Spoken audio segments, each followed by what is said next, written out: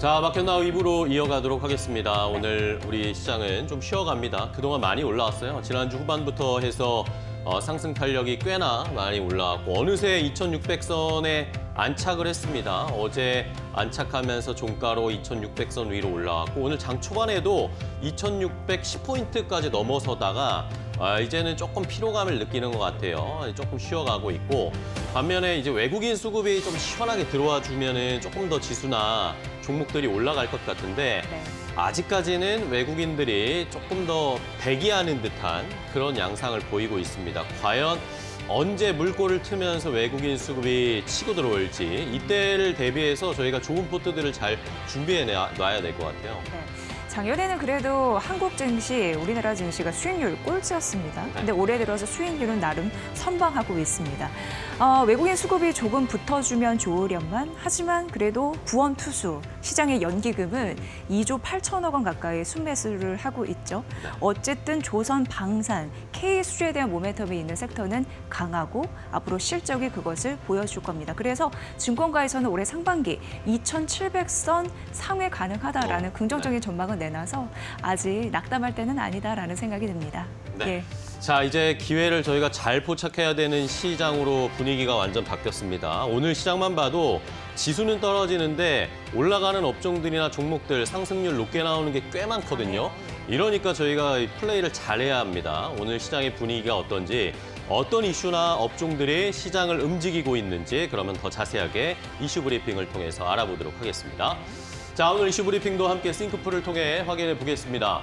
자, 오늘 아까 말씀드렸던 것처럼 싱크풀의 전반적인 분위기를 보십시오. 올라가는 것들이 꽤나 많이 나오고 있습니다. 우리가 수익을 볼 수 있는 업종이나 종목 이슈들이 꽤나 많다는 건데 여기에서 저희가 흐름을 잘 타야 됩니다. 올라가는 것에 따라잡는 것보다는 다음 턴으로 올라갈 수 있는 그런 업종들을 잘 골라 잡아야 되는데 그렇지 않으면 어쩔 수 없이 물리는 경우들이 굉장히 많으니까 여러분들 조심하시면서 이슈들을 파악하시면서 최근의 시장 흐름을 파악해 보시죠. 자, 일단은 오늘 싱크풀을 보면 원전, 방산, 전력설비, 로봇 이런 업종들이 다시 올라오고 있습니다.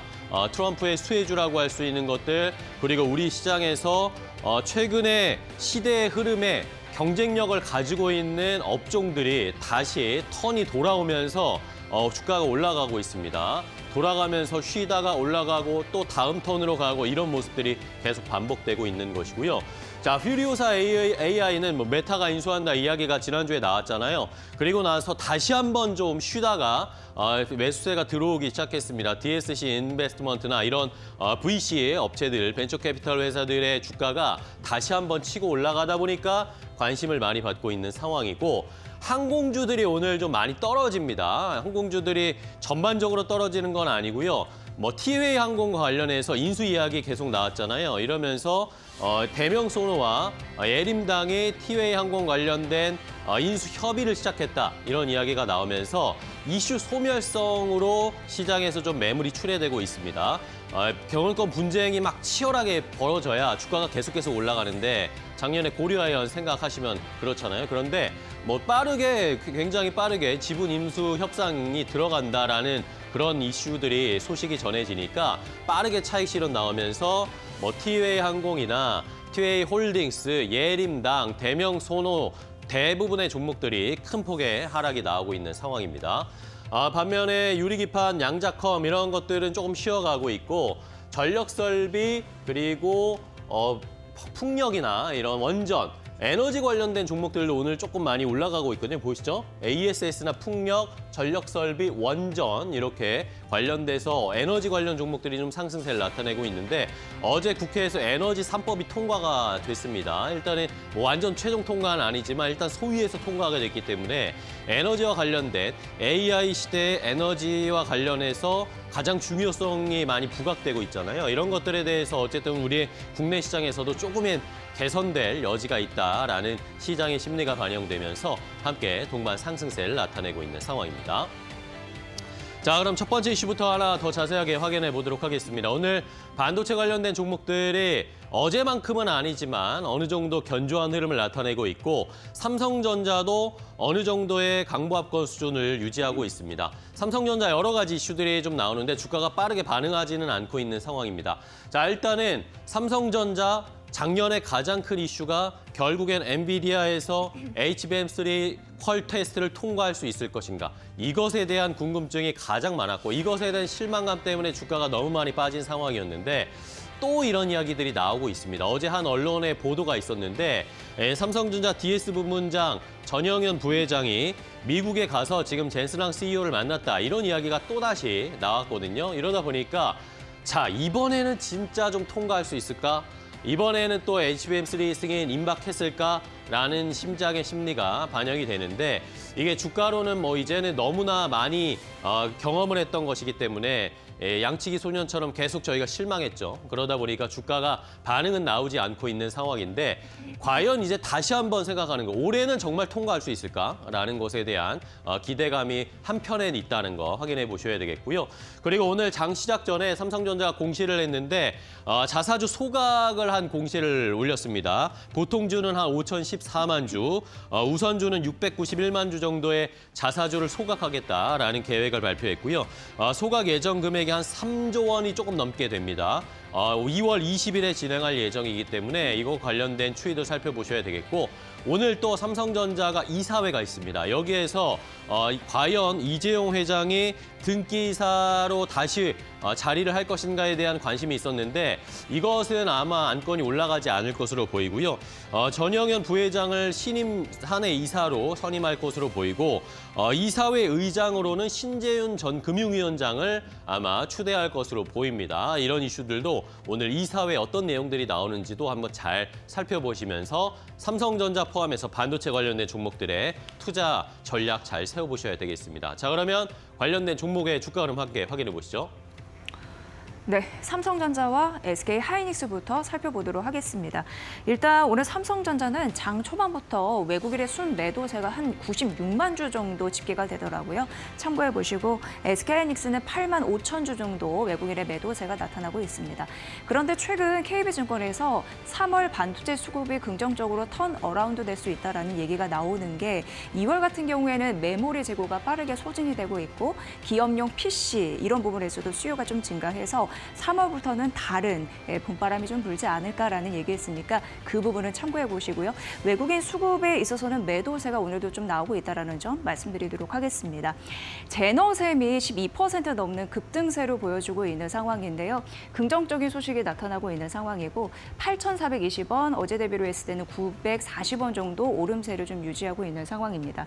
KCT도 2월 들어서 관심사였어요. 여기서 이제 주주 환원 정책이 좀 강하게 나온 흐름들도 있었고 그러면서 투자 심리가 개선이 됐는데 디스플레이 반도체 장비 소재 기업입니다. 오늘 8% 강세 흐름으로 4만 원 선 터치를 했다라는 점 말씀드리고 삼성전자와 LG전자의 고객사가 있죠. 주요 고객사. 그게 이제 고영입니다. 고영의 고객사가 삼성전자와 SK하이닉스다라고 말씀드리는 건데 고영도 오늘 4% 정도 상승하면서 21,250원 선을 보여주고 있습니다. 오늘 반도체 HBM 쪽 그쪽도 좀 강하니까 잘 살펴보시면 도움이 되실 것 같습니다. 두 번째 테마 넘어가 보도록 하겠습니다. 자, 두 번째는 오늘 방산주들이 굉장히 뜨겁습니다. 조선주가 지난주에 엄청난 상승을 보이면서 엄청난 기염을 토했죠. 수익률이 막 100% 넘어가신다는 분들 조선주를 보시면서 흐뭇하게 미소 짓는 분들 많으실 텐데 자, 이번 주에는 방산 타임으로 넘어왔습니다. 자, 오늘은 또 방산주들이 하나 에어로스페이스, 하나 시스템, 현대로템 이런 종목들이 막 엄청나게 올라가고 있는 상황인데요. 뭐 트럼프 시대에 방산주가 수혜를 받을 것이다라는 이야기는 작년부터 계속 이야기가 나왔습니다. 그 뒤로도 우리나라 K 방산업체들이 실적도 잘 나오고 수주도 계속 이어지고 있고 긍정적인 소식이 다시 나오고 있는데 이제 이러면서 러시아 우크라이나 전쟁이 약간 이제 종전의 단계로 카운트다운을 밟아가고 있다고 계속 제가 이슈 브리핑에서도 말씀드렸는데 간밤에 미국 시장은 열리지가 않았어요. 대통령의 날 때문에 휴장을 했는데 유럽 증시는 열렸거든요. 유럽 증시에서 방산주들이 잘 갔습니다. 왜냐? 프랑스 마크롱 대통령을 포함해서 유럽의 정상들이 이 러시아 우크라이나 종전 협상에 우리도 참여를 해야 되고 여기에서 유럽에서의 이제 만약에 나토에서 트럼프 대통령이 유럽 국가들도 이제 자국의 방위비, 자국의 방위 이런 거 본인들이 알아서 해라. 나토의 방위비 줄일 것이다. 이런 이야기를 계속 해왔잖아요. 이러다 보니까 이런 논의들도 좀 있었던 것 같습니다. 유럽에서 각국의 자국의 어떻게 방위를 자국 방위를 해나갈 것인지에 대한 그런 이야기들도 나오면서 유럽 증시에서 방산주들이 잘 갔습니다. 그러다 보니까 이게 우리에게도 그대로 수혜를 보여주면서 우리나라 방산주들 잘 가고 있고요. 자, 그리고 지금 아랍에미레이트 아부다비에서 국제 방산 전시회가 있습니다. 국제 방산 전시회 2025가 열리고 있는데 여기에 또 우리나라 기업들이 대거 참여를 했습니다. 현대로템도 갔고 하나 에어로스페이스도 갔고요. 이런 LIG 넥스원도 갔는데 여기에서 최근에 가장 핫한 한화의 김동관 부회장이 이 전시회에 참여를 했습니다. 여기에서 아랍에미레이트의 엣지라는 방산업체가 있는데 여기와 협력을 한다. 전력적 협의를 했다라는 소식도 전해지고 있는데 방산뿐만 아니라 방산 시스템, 우주 쪽에서도 협력을 하기로 했고 그리고 조선 쪽으로도 역시 방산으로 엮일 수 있으니까 협의를 하기로 했다라는 그런 보도들이 계속 쏟아져 나오다 보니까 하나 에어로스페이스가 오늘 가장 뜨겁게 올라가고 있습니다. 시총이 계속 한 단계 올라가고 있는 하나 에어로스페이스. 오늘도 역시 역사적 신고가를 기록하고 있습니다. 자, 그러면 하나 에어로스페이스 포함해서 방산주들의 주가 흐름 체크해 보시죠. 더 갈까 싶었는데 정말 더 갑니다. 특히나 하나 에어로스페이스 오늘 당연히 장중 52주 신고가 넘어섰고요. 현재도 9.5% 강세, 60만 원 선을 넘어서 63만 원까지 올라가 있는 상황입니다. 미국 쪽에 대한 수출 기대감도 있는데 북유럽 쪽에 대한 협력 강화 기대감이 있는 거거든요. 그러니까 미국은 지속해서 유럽 쪽에 압박을 가하고 있습니다. 방위비를 내라고요. 그런 흐름들이 앞으로 선순환 구조로 하나 에어로스페이스의 실적 기대감에 훈풍을 불어다 줄 거다라는 기대감. 오늘 투자 심리가 쏠리면서 방산 대장주로서의 역할을 톡톡히 하고 있다라고 보여지고 있는 상황입니다. 현대 로템 같은 경우에도 6% 강세 흐름을 띠고 있는데 LS증권이 오늘 아침에 증권 그 리포트를 내놨더라고요. 종목 리포트를 내놨는데 현재 오늘도 올라서 89,400원인데 11만 원으로 올려 잡는 흐름들이 나타났고 내년 수주에 대한 긍정적인 기대감이 받쳐주고 있다라고 얘기했으니까 이 부분 살펴보시면 될 것 같습니다. 하나 시스템, 요즘에 하나 그룹주 정말 잘 가고 있는 상황인데 3.2% 상승하면서 52주 신고가를 다시 한번 썼습니다. 하나 시스템 같은 경우에도 긍정적인 흐름들이 그 필리조선소에도 있잖아요. 지분을 60% 들고 있으니까. 근데 올해 필리조선소의 흑자 기대감이 더해지면서 이런 부분으로 가져갈 수 있는 거고 대공 방어 시스템에 대한 긍정적인 또 전망들이 나타나고 있습니다. 워낙 방산주니까요. 특히나 중동이나 유럽향 수출 기대감이 있으니까 이 부분들 살펴보시죠. 자, 한국항공우주가 3거래일 만에 반등하면서 4%대 강세 56,700원에 있는데 매출 4조를 돌파할 것이다라는 기대감이 있습니다. 보시고요. LIG 넥스원 역시 대표적인 방산 관련주로 현재 8% 상승 30만 원 선 위에서 움직인다라는 점 말씀드리면서 오늘 방산주 대부분 시가 대비 상승폭 높이는 양봉의 흐름을 하고 있습니다. 특징입니다. 세 번째 테마 만나보시죠. 자, 세 번째는 원전도 잘 갑니다. 오늘 또 원전주들이 두산 에너빌리티를 대장으로 해서 함께 올라가고 있는데 어제 국회에서 에너지 3법이 산자위를 통과했습니다. 국회의 산업통상자원 특허 소위원회에서 이제 AI를 포함한 첨단 산업의 전력이 워낙 많이 들어가잖아요. 그런데 이 안정적인 에너지 수급을 위한 에너지 3법이 이 소위를 통과하면서 에너지 관련된 종목들이 오늘 앞서서 보셨듯이 원전뿐만 아니라 풍력이라든지 전력 설비, ESS 관련된 종목들이 전반적으로 상승세를 나타내고 있습니다. 자, 어제 말씀드린 것처럼 에너지 3법이 통과가 됐는데 이 3법 중에 3개 법안 중에 하나가 고준위 방패장법입니다. 이게 국회에서 9년 만에 통과를 한 것인데, 자, 이 고준위 방패장법은요.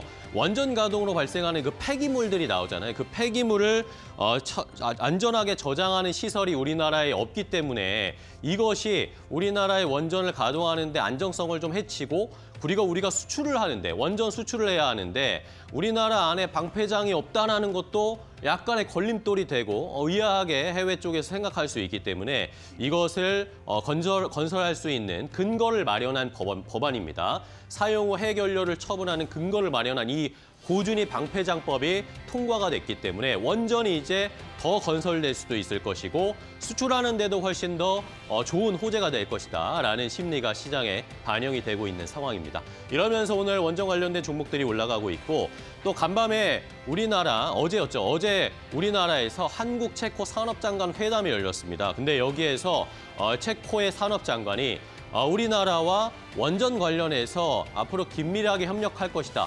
반도체부터 원전까지 다 긴밀한 협력을 해나갈 것이다라는 코멘트를 했습니다. 이러다 보니까 최근에 폴란드 쪽에서의 원전 사업에 대한 기대감이 약간 실망감이 나왔잖아요. 그런데 체코 쪽에서 또다시 원전 수주에 대한 기대를 할 수 있지 않을까, 추가적인 사업을 뭔가 함께 할 수 있지 않을까라는 기대감이 형성되고 있습니다. 자, 원전주 오늘도 좋은 모습 보여주고 있는데 마지막으로 원전주까지 체크해 보겠습니다. 네, 두산 에너빌리티 강하네요. 오늘 장중에 52주 신고가를 기록을 했습니다. 오늘 아침에 대신증권에서 리포트를 내놨는데 4년 만에 3만 원 선 일단 넘었다는 거 말씀드리고 목표 주가를 3만 5천 원으로 올려 잡았더라고요. 여기가 K원전이 이제 유럽 시장에 나가는 데에서 일부 불확실성은 있지만 워낙 원전이나 가스 시장에 대한 잠재력은 있고 두산 에너빌리티 제조력에 대한 경쟁력이 있기 때문에 긍정적이다라고 얘기하면서 목표 주가를 3만 5천 원으로 올려 잡았다라는 상향 소식 함께 전해드리도록 하겠습니다. 우리 기술 같은 경우에는 3거래 연속 상승하면서 6% 강세, 현재 주가 2,230원인데 여기가 국내 유일의 원전 제역 계측 기술을 갖고 있습니다. 관련주로 부각을 받고 있는 거고요. G2 파워는 작년에 이제 긍정적인 흐름들이 있었죠. 실적에 대한 그런 흐름들이 아마 받쳐주고 있는 상황입니다. 2% 상승하면서 8,470원 선인데 작년에 영업이익이 턴 어라운드 했거든요. 제 기억으로는 한 36억 원 정도였습니다. 참고해 보시면 될 것 같고 BHI도 대표적인 원전 관련주로서 7거래 연속 쉬지 않고 오르고 있습니다. 현재 1% 상승하면서 23,450원 기록하고 있다는 점 말씀드리도록 하겠습니다. 오늘 원전, 특히 원전 해체 관련주도 긍정적이다라는 점 말씀드리도록 하겠습니다. 자, 시장의 분위기 보셨듯이 이렇게 상승이 뚜렷하게 나오는 업종들, 종목들이 많이 있습니다. 이제 하루하루 시간 따라 잘 투자 전략을 세우셔야 할 텐데 이데일리온 파트너와 함께 종목별 투자 전략도 자세하게 알려드리겠습니다. 네.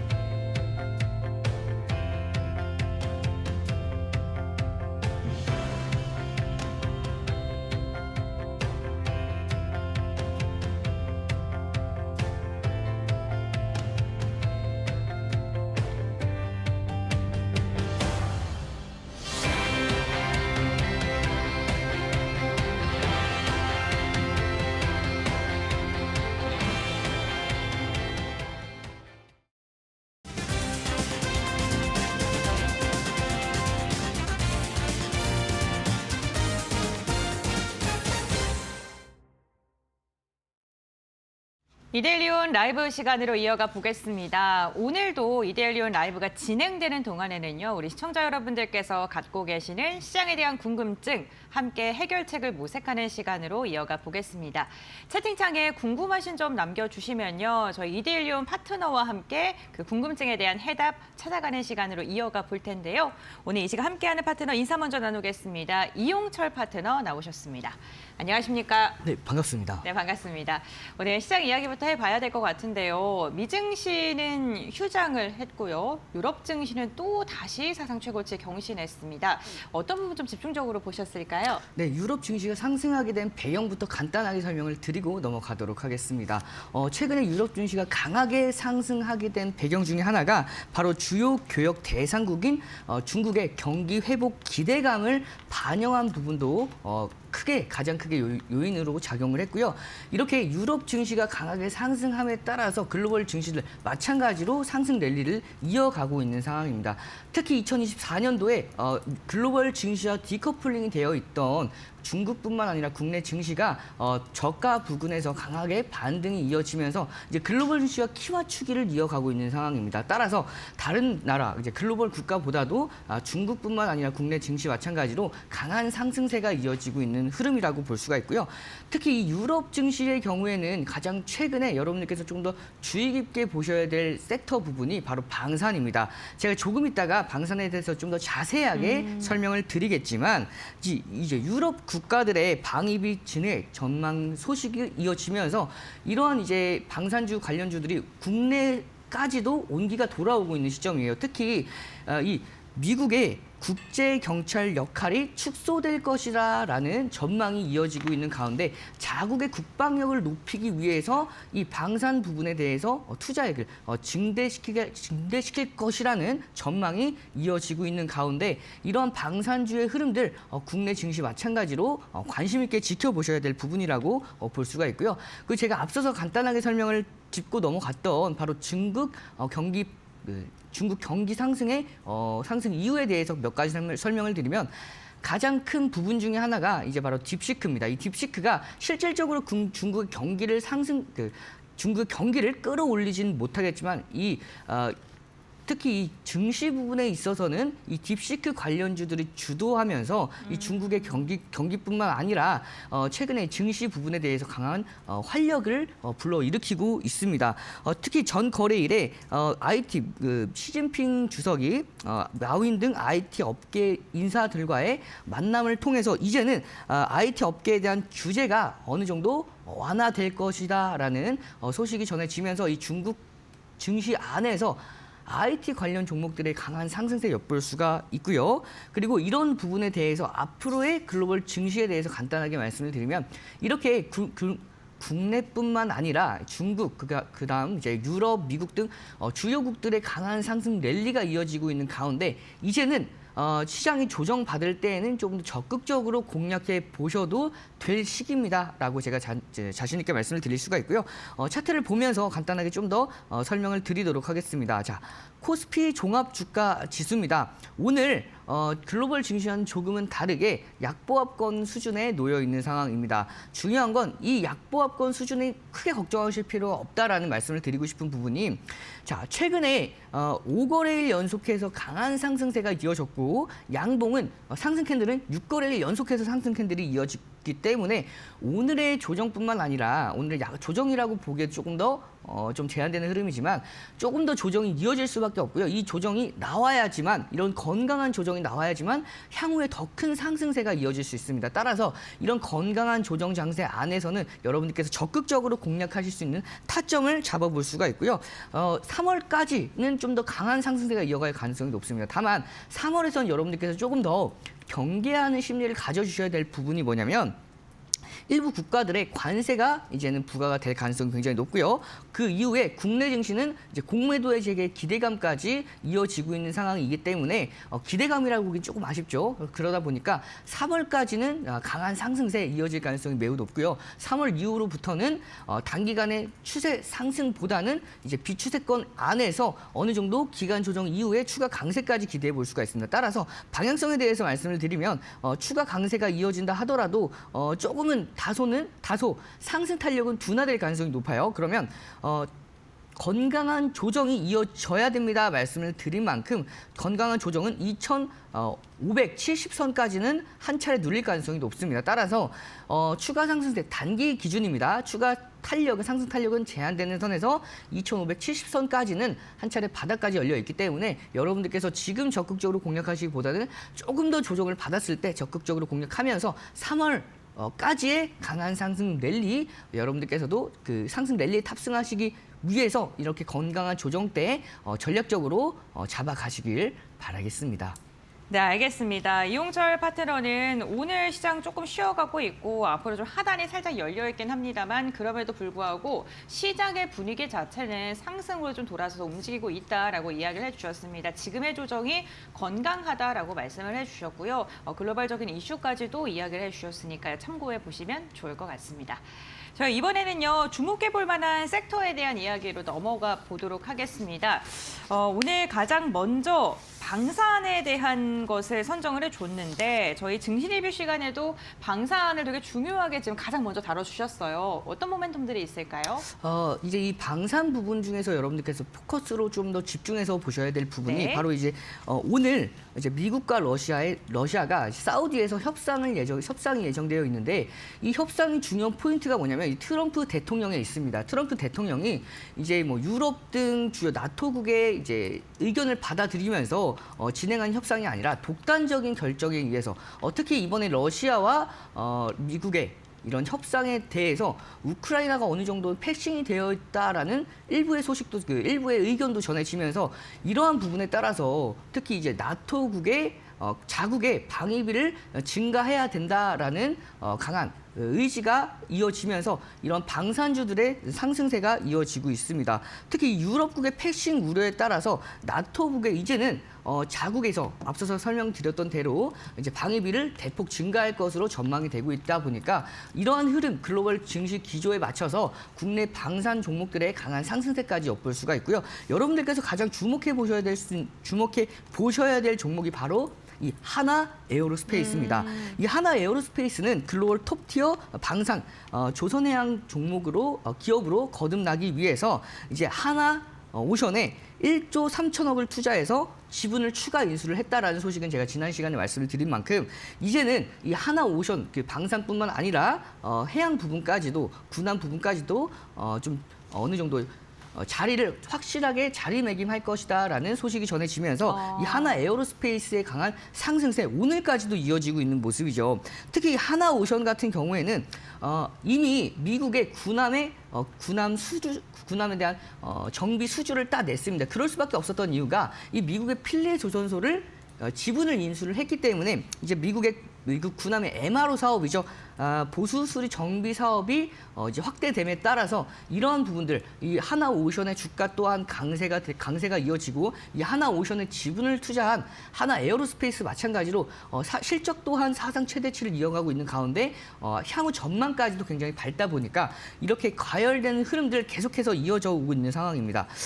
차트 보면서 기술적인 부분에 대해서 추가 대응 방안에 대해서 설명을 드리도록 하겠습니다.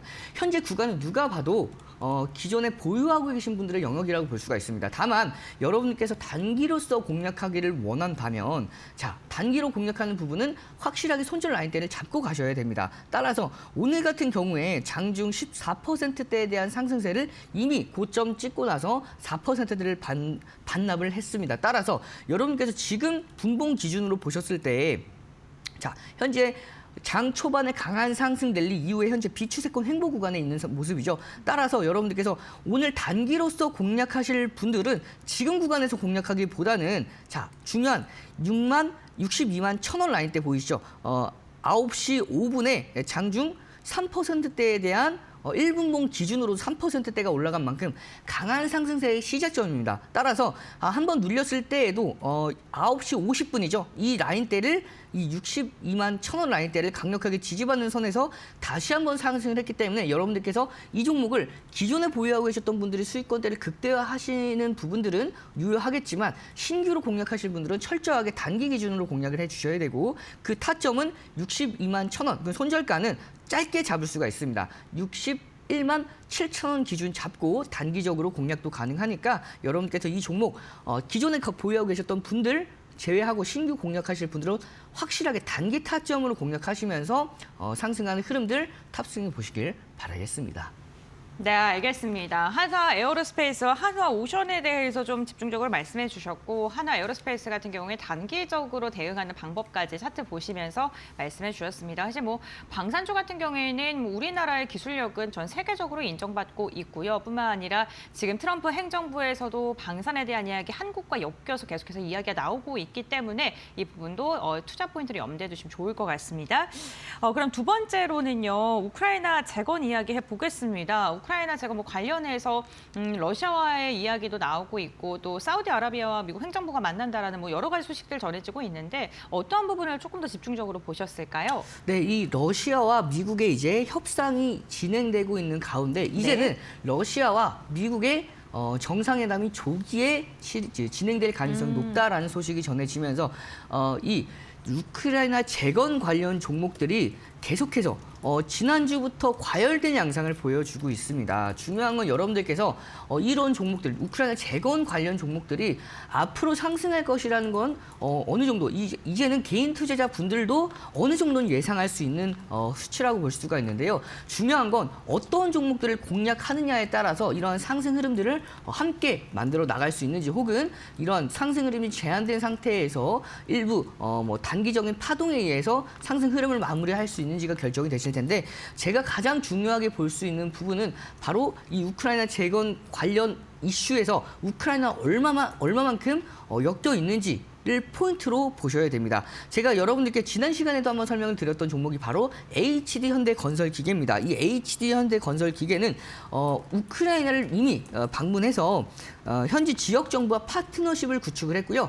굴삭기에 대한 기증 이력까지 가지고 있습니다. 따라서 국내 종목들, 특히 건설업 종목 중에서 우크라이나와 연관되어 있는 시가총액 1조 이상 되는 종목들이 거의 없습니다. 따라서 이렇게 대형주 중에서 우크라이나와 연관되어 있는 실질적으로 협약이 되어 있는 종목 중에서 정말 실적까지 가지고 갈 수 있는 종목이 바로 이 HD 현대건설기계라고 볼 수가 있고요. 차트 보면서 좀 더 자세하게 설명을 드리면 자 보시면 앞서서 제가 과열된 양상이라고 말씀드린 만큼 차익 실현 매물이 강하게 출회가 됐습니다. 25년도 2월 13일 날 장중 21%대까지 상승을 하다가 이 상승폭을 무려 10% 이상, 12%까지 반납을 하면서 윗꼬리를 강하게 다는 유성형 캔들로 마무리를 했습니다. 따라서 이 이후에 다음 거래일에 3%대의 상승이 이어졌지만 추가적인 조정 장세가 이어지면서 고가 대비해서 8% 이상 조정을 받았습니다. 따라서 이 이후로부터는 하락 추세가 계속해서 이어졌었는데요. 중요한 건 이제는 단기간에 조정 장세가 어느 정도는 마무리가 됐습니다. 지금은 분기점입니다. 이 구간에서 현재 윗꼬리를 달면서 볼린저 밴드의 상단을 다시 한번 이탈했죠. 따라서 이 이탈한 이후에 눌림목에서 이 11선을 강력하게 지지받는 선에서 오늘 1%대에 대한 반등이 이어졌는데 이 구간을 이탈하게 된다면 추가 약세까지도 이어질 수가 있기 때문에 여러분들께서 이 종목을 관심 있게 보실 분들은 74,000원대를 포인트로 잡고 대응해 보시길 바라면서 추가 상승 랠리에 따른 상승 랠리의 전망이 유효하다 보니까 74,000원대 이탈하면 단기적인 추가적인 조정까지도 지켜보시면서 종목들 대응해 나가시길 바라겠습니다. 네, 우크라이나 재건에 대해서도 이홍철 파트너가 좀 지속적으로 긍정적인 전망 말씀해 주시고 계십니다. 오늘 HD 현대건설기계에 대해서 말씀해 주셨는데 뭐 공통적으로 이야기를 하는 것 중에 하나가 숫자가 찍히는 진짜 실적이 나올 수 있는 그러한 섹터 안에서도 종목을 봐야 된다라는 이야기 계속 해드리고 있으니까 살펴보셔야 될 것 같고요. 저희 유튜브 지금 채팅창에 댓글을 좀 남겨주셔서 관련 질문 하나만 간단하게 하고 넘어가 보도록 하겠습니다. 고도님께서 질문 주셨는데요. 그 화학주를 앞으로 좀 어떻게 보시는지 궁금하다라고 하셨거든요. 네, 화학주는 이제 제가 시간 관계상 좀 빠르게 설명을 네. 드리도록 하겠습니다. 이제 화학주는 바닥에서 강하게 올라오는 흐름을 확인하실 수가 있는데요. 기존에 너무 오랫동안 조정을 받아왔던 관계로 이제는 바닥권에서 반등이 나오지만 이 반등 V자형 반등보다는 비추세권에서 충분히 좀 기간 조정을 받은 이후에 반등이 이어질 가능성이 높기 때문에 추가적인 조정은 좀 더 제한되는 흐름입니다. 따라서 지금 구간에서는 여러분들께서 분할로 접근하시는 것도 유효하기 때문에 이러한 관점 안에서 다만 V자형 반등보다는 어느 정도 시간에 대한 투자는 해주셔야 된다라는 부분 참고해 보시면 좋을 것 같습니다. 알겠습니다. 화학주 긴 시간 동안 조정받았고요. 이제 바닥 딛고 반등 시도하고 있다라고 말씀해 주셨습니다. 계속해서 다음 섹터 빠르게 이야기 나눠보겠습니다. 원전인데요. 원전이 또 악재가 나온 지 하루 만에 호재들이 막 나오면서 다시금 가고 있습니다. 폴란드에 대한 이야기도 나왔었는데 결국에는 원전 산업 갈 것이다라는 게 더 힘받고 있는 것 같은데요. 어떤 부분 집중적으로 보셨을까요? 네, 제가 여러분들께 시간 관계상 제가 좀 너무 아쉬운 게 많습니다. 따라서 제가 함께하는 무료 교육방에서 추가적으로 자세하게 설명을 드릴 거고요. 여러분들께서 가장 관심 있게 지켜보셔야 되는 종목 위주로 설명을 드리도록 하겠습니다. 좋습니다. 바로 두산 에너빌리티입니다. 이 두산 에너빌리티가 올해 수주 목표가 10조 7천억까지 상향시키면서 이 수주에 대한 기대감을 계속해서 불러일으키고 있고요. 또한 2027년도까지 3년 동안 투자 예산액을 기존의 7천억 원에서 1조 3천억 원까지 증액시킨다라는 소식이 전해지면서 이 두산 에너빌리티 오늘 마찬가지로 강한 상승세가 이어지고 있는 흐름입니다. 차트 보면서 간단하게 대응 방안만 설명드리고 마무리를 짓도록 하겠습니다. 자, 보시면 오늘 갭상승으로 시작했죠. 따라서 여러분들께서 기존에 이 종목을 공략하지 못하셨던 분들은 지금 공략하시기보다는 이 갭 부분 29,000원대까지 한 번 더 가격적인 메리트가 있는 구간까지는 한 번 더 가격을 줄 가능성이 높습니다. 따라서 여러분들께서 이 29,000원 라인대를 신규 공략 지점으로 잡으시면 손절 라인대가 굉장히 짧아요. 손절 라인대가 28,000원으로 손익비가 굉장히 좋은 구간대이기 때문에 여러분들께서 신규로 공략하실 분들은 앞서서 말씀드렸던 29,000원 기준 잡고 이 종목 지켜보시길 바라겠습니다. 네, 이용철 파트너님 이야기를 들으니까요. 오늘도 시간이 훌쩍 지났습니다. 우리 공략주 간단하게 이야기 듣고 한번 마무리하도록 할 텐데요. 오늘의 공략주는 그렇다면 어떤 종목일까요? 우크라이나 재건 관련 종목주로 가지고 왔습니다. 앞으로 추가적인 상승 랠리가 강력하게 이어질 수 있는 상황인데 네. 중요한 건 단기간에 조정이 이어졌죠. 따라서 지금 구간에서는 분할 기준으로 접근해 볼 수가 있는 상황입니다. 여러분들께 강조해드리고 싶은 부분이 분할입니다. 항상 여러분들께서 상승 모멘텀 유효한다 하더라도 이 종목들에 대해서 단기간에 급등했던 종목들은 한 번에 모든 비중을 들어가기보다는 네. 분할 관점으로 저가에서 모아가시는 것을 추천드리고요. 자, 차트 보면서 전략. 종목은 뭘까요? 대동입니다. 이 종목 대동이요? 네. 대동입니다. 차트 보면서 좀 더 자세하게 설명을 드리도록 네. 하겠습니다. 자, 대동 보면 이 대동 같은 경우에는 우크라이나 현지 정부와 협약을 하면서 이 3년 동안 트랙터를 300억 원 규모를 3년간 제공한다라는 협약을 맺었기 때문에 앞으로의 상승 랠리 좀 더 지속해 볼 수 있는 상황이고요. 따라서 지금 구간대에서 1차 분할 매수 진행 이후에 추가적으로 추가 매수는 11,000원대 이렇게 분할을 기준으로 잡고 가시면 앞으로 우크라이나 재건 관련 종목들의 상승 랠리가 이어짐에 따라서 이 종목에 대한 상승까지도 기대해 볼 수가 있습니다. 따라서 목표가는 이 종목에 대한 목표가 잡아드리면 14,000원 기준 잡고요. 손절가, 단기 손절가는 12,300원이지만 11,000원 구간에서는 추가 매수도 가능한 지점이라고 판단해 보신 다음에 포트폴리오에 관심 종목으로 편입해서 지켜보시길 바라겠습니다. 알겠습니다. 오늘의 공략주 대동이고요. 가격 밴드 제시해 주셨습니다. 전략 세우시는데 참고해 보시면 좋을 것 같습니다. 오늘도 이용철 파트너와 함께 시장에 대한 전반적인 이야기, 특징 종목까지 이야기 나눠봤고요. 오늘 말씀은 여기까지 듣겠습니다. 고맙습니다.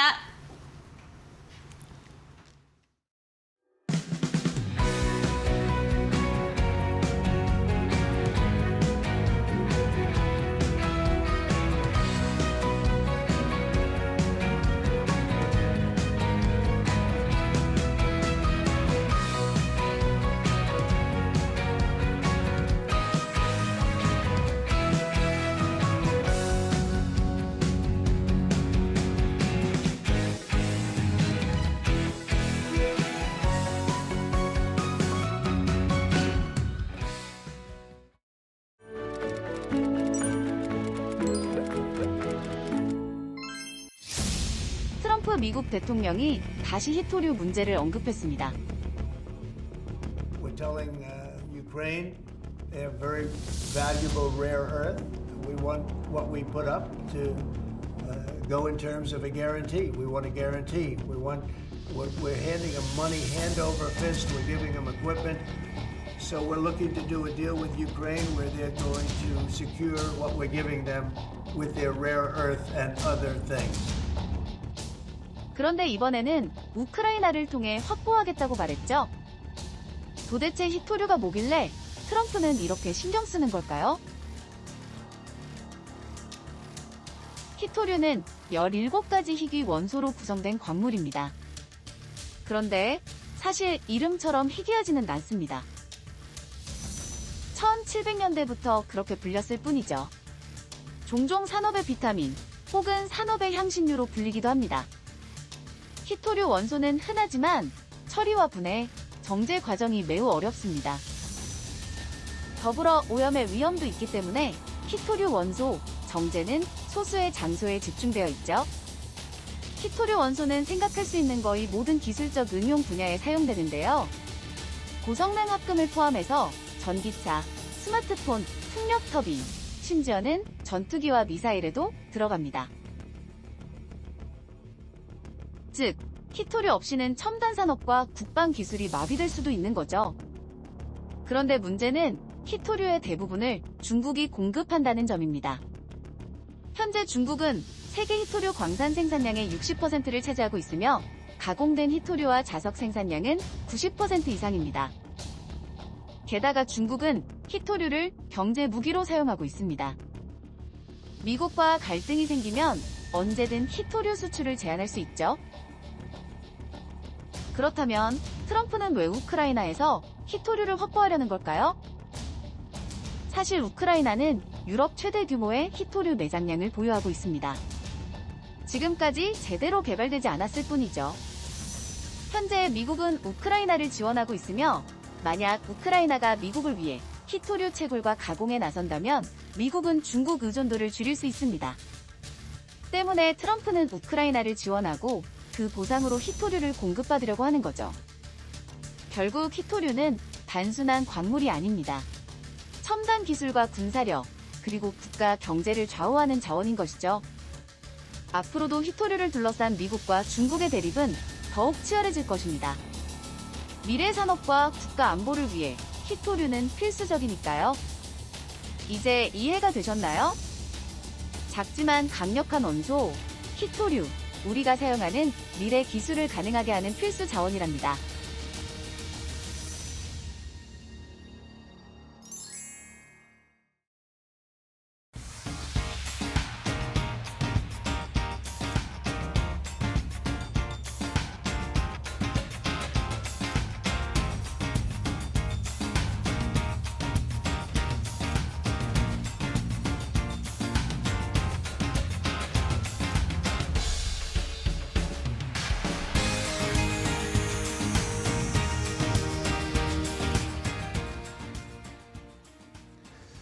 자, 마켓나우 2부와 함께하고 계십니다. 우리 시장은 일단은 양시장 모두 약보합권 수준인데 중국 쪽의 시장 상황, 출발 상황 간단하게 체크를 해보면 중국 상해 종합지수도 오늘은 조금 떨어지면서 0.2%대 조정을 받고 있습니다.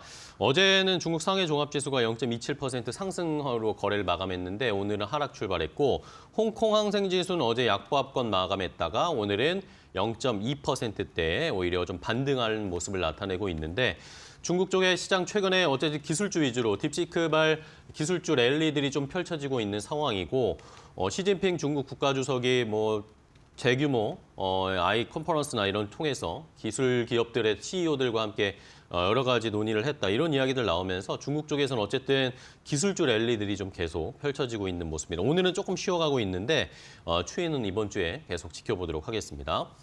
자, 그럼 이제 한 걸음 더 깊이 들어가서 이데일리 TV 인사이트로 또 투자할 만한 좋은 업종이나 종목 알아봐야 되겠죠. 오늘은 이데일리 바이오 플랫폼 센터의 석지연 기자와 함께 제약 바이오 쪽 종목 좋은 이야기 나눠보도록 하겠습니다. 안녕하세요, 기자님. 네, 안녕하세요. 네, 반갑습니다. 자, 오늘은 또 어떤 제약 바이오 이 기업을 이야기를 나눠볼지 오늘은 AI 좀 뭐 최근에 AI가 워낙 또 핫하니까 의료 쪽에서도 의료 AI 네. 이야기 많이 나오잖아요. 네. 오픈 AI가 또 우리나라 샘 올트먼 우리나라에 와서 의료 AI 업체들과 협업하고 싶다 네. 뭐 이런 이야기들도 많았는데 그렇죠. 오늘은 JLK 한번 이야기해 볼까요? 네. JLK가 또 좋은 소식이 있더라고요. 네네. 이 JLK가 뇌졸중 진단 솔루션을 개발한 네. 그 회사입니다. AI 기반으로요. 그런데 원래 미국 시장을 타깃으로 이제 되게 이쪽 시장에 진출을 많이 하겠다. 네네. 예전부터 이야기해오던 기업인데 일본 시장도 공략을 하고 있는데 미국보다 일본에서 먼저 그 솔루션에 대한 보험 수가를 획득할 가능성이 높다 이렇게 취재가 돼서 네. 이 내용 가지고 한번 이야기해 보려고 합니다. 네. 그래서 말씀드렸다시피 공격적인 매출 목표치를 미국에서 이렇게 막 최대 6천억 원 뭐 이런 식으로 이제 제시를 많이 해왔던 기업인데요. 이제 상반기 중에 미국보다 일본에서 먼저 그 솔루션 일부에 대한 보험 수가를 획득을 할 것 네네. 같다. 그래서 이 시장에서 발생하는 매출을 올해 전체로 따졌을 때 미국보다 일본에서 더 매출이 높을 것으로 예상된다. 이렇게 이제 말씀드리려고 합니다.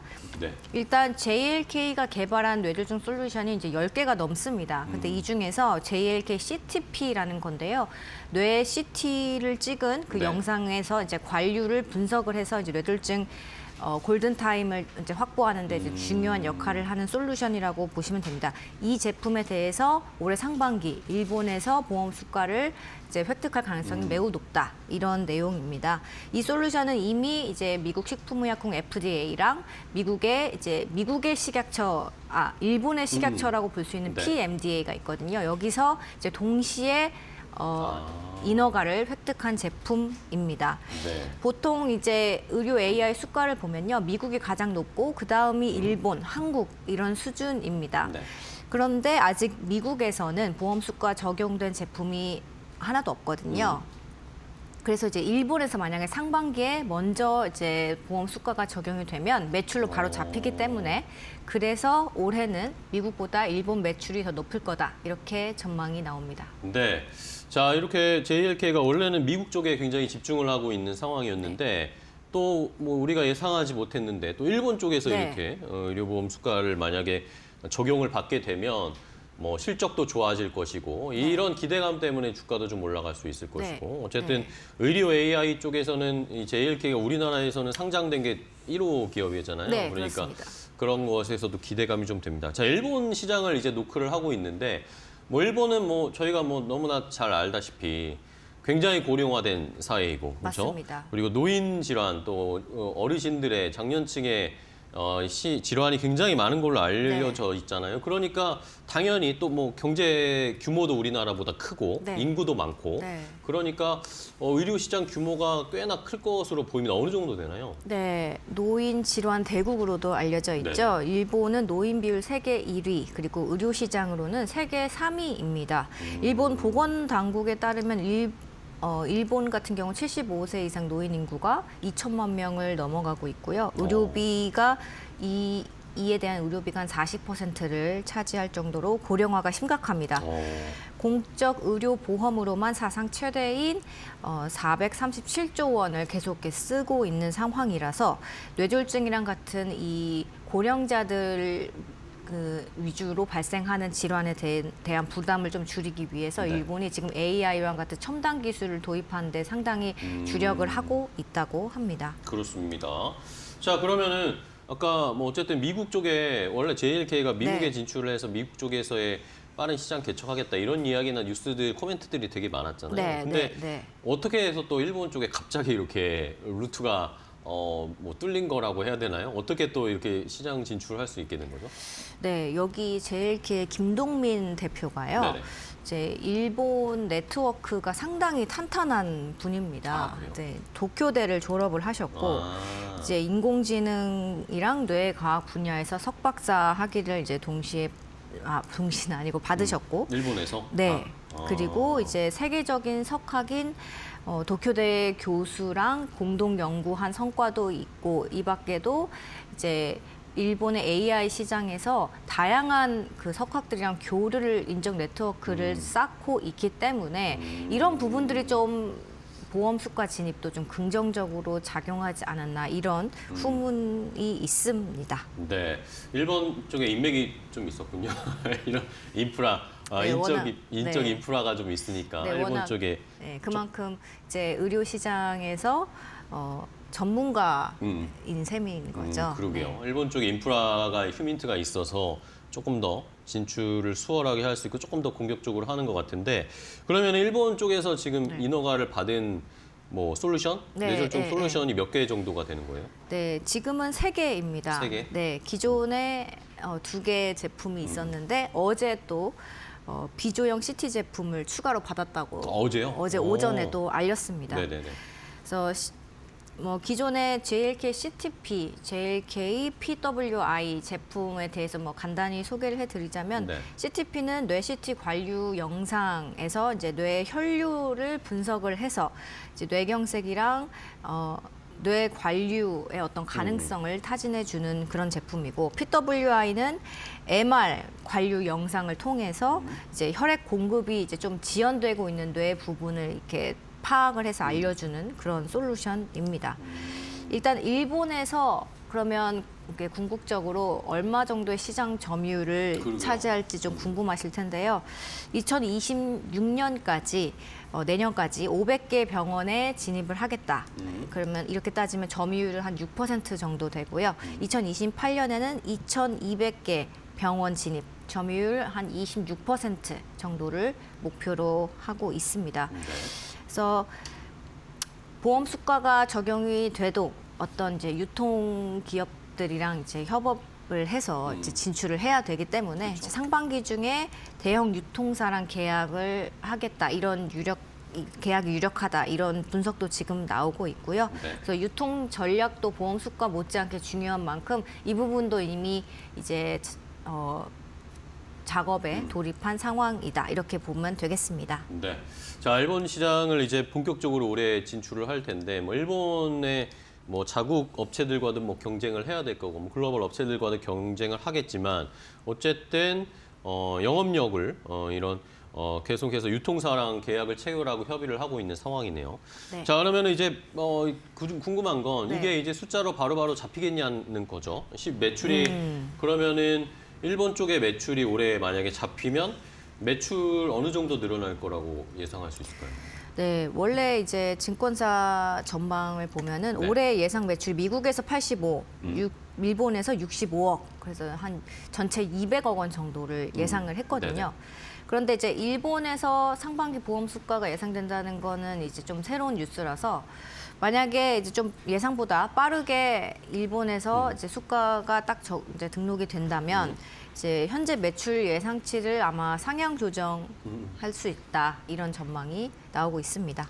네. 자, 시장에서 일단은 뭐 어느 정도 상향이 될지를 계산하고 조사를 좀 하고 있을 것으로 보여요. 그런 예상치들도 저희가 나오면은 한번 체크를 해드리도록 하겠고, 자, 뭐 일본 쪽에 뭐 일단 좋은 소식들이 계속 나오고 있는데 원래 또 주력하고 있던 미국 쪽에서도 뭔가 좋은 소식 기대를 해봐도 될까요? 네, 올해 미국에서도 보험 수가 적용이 이제 됩니다. 이제 일본보단 좀 늦어서 한 3분기까지 보험 수가를 획득할 거다.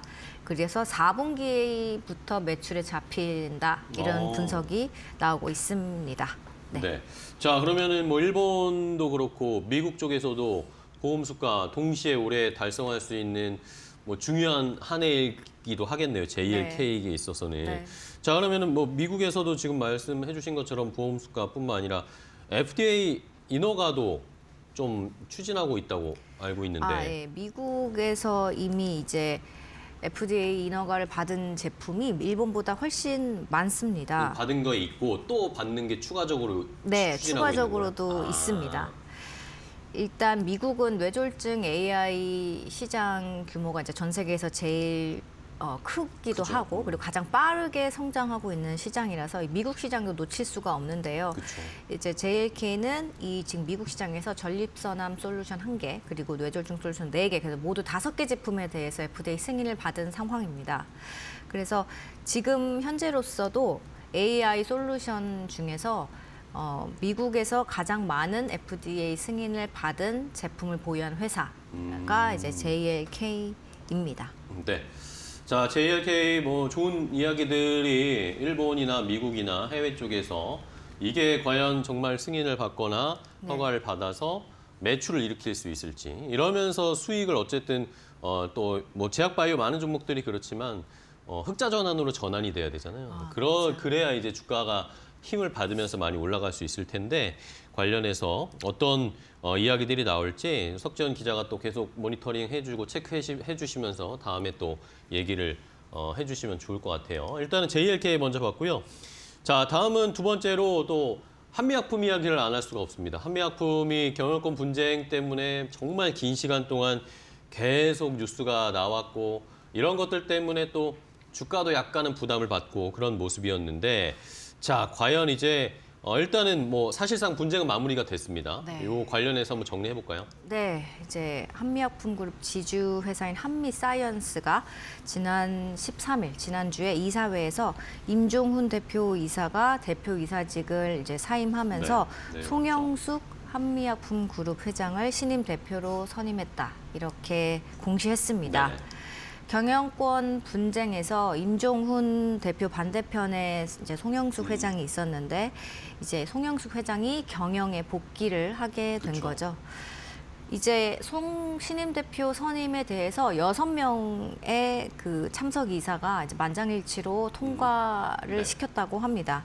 그래서 원래 이날 이사회에는 7명, 임종훈 대표 이사를 포함해서 7명이 참여를 했었는데 6명이 이제 만장일치로 통과를 시킨 거죠. 했고요.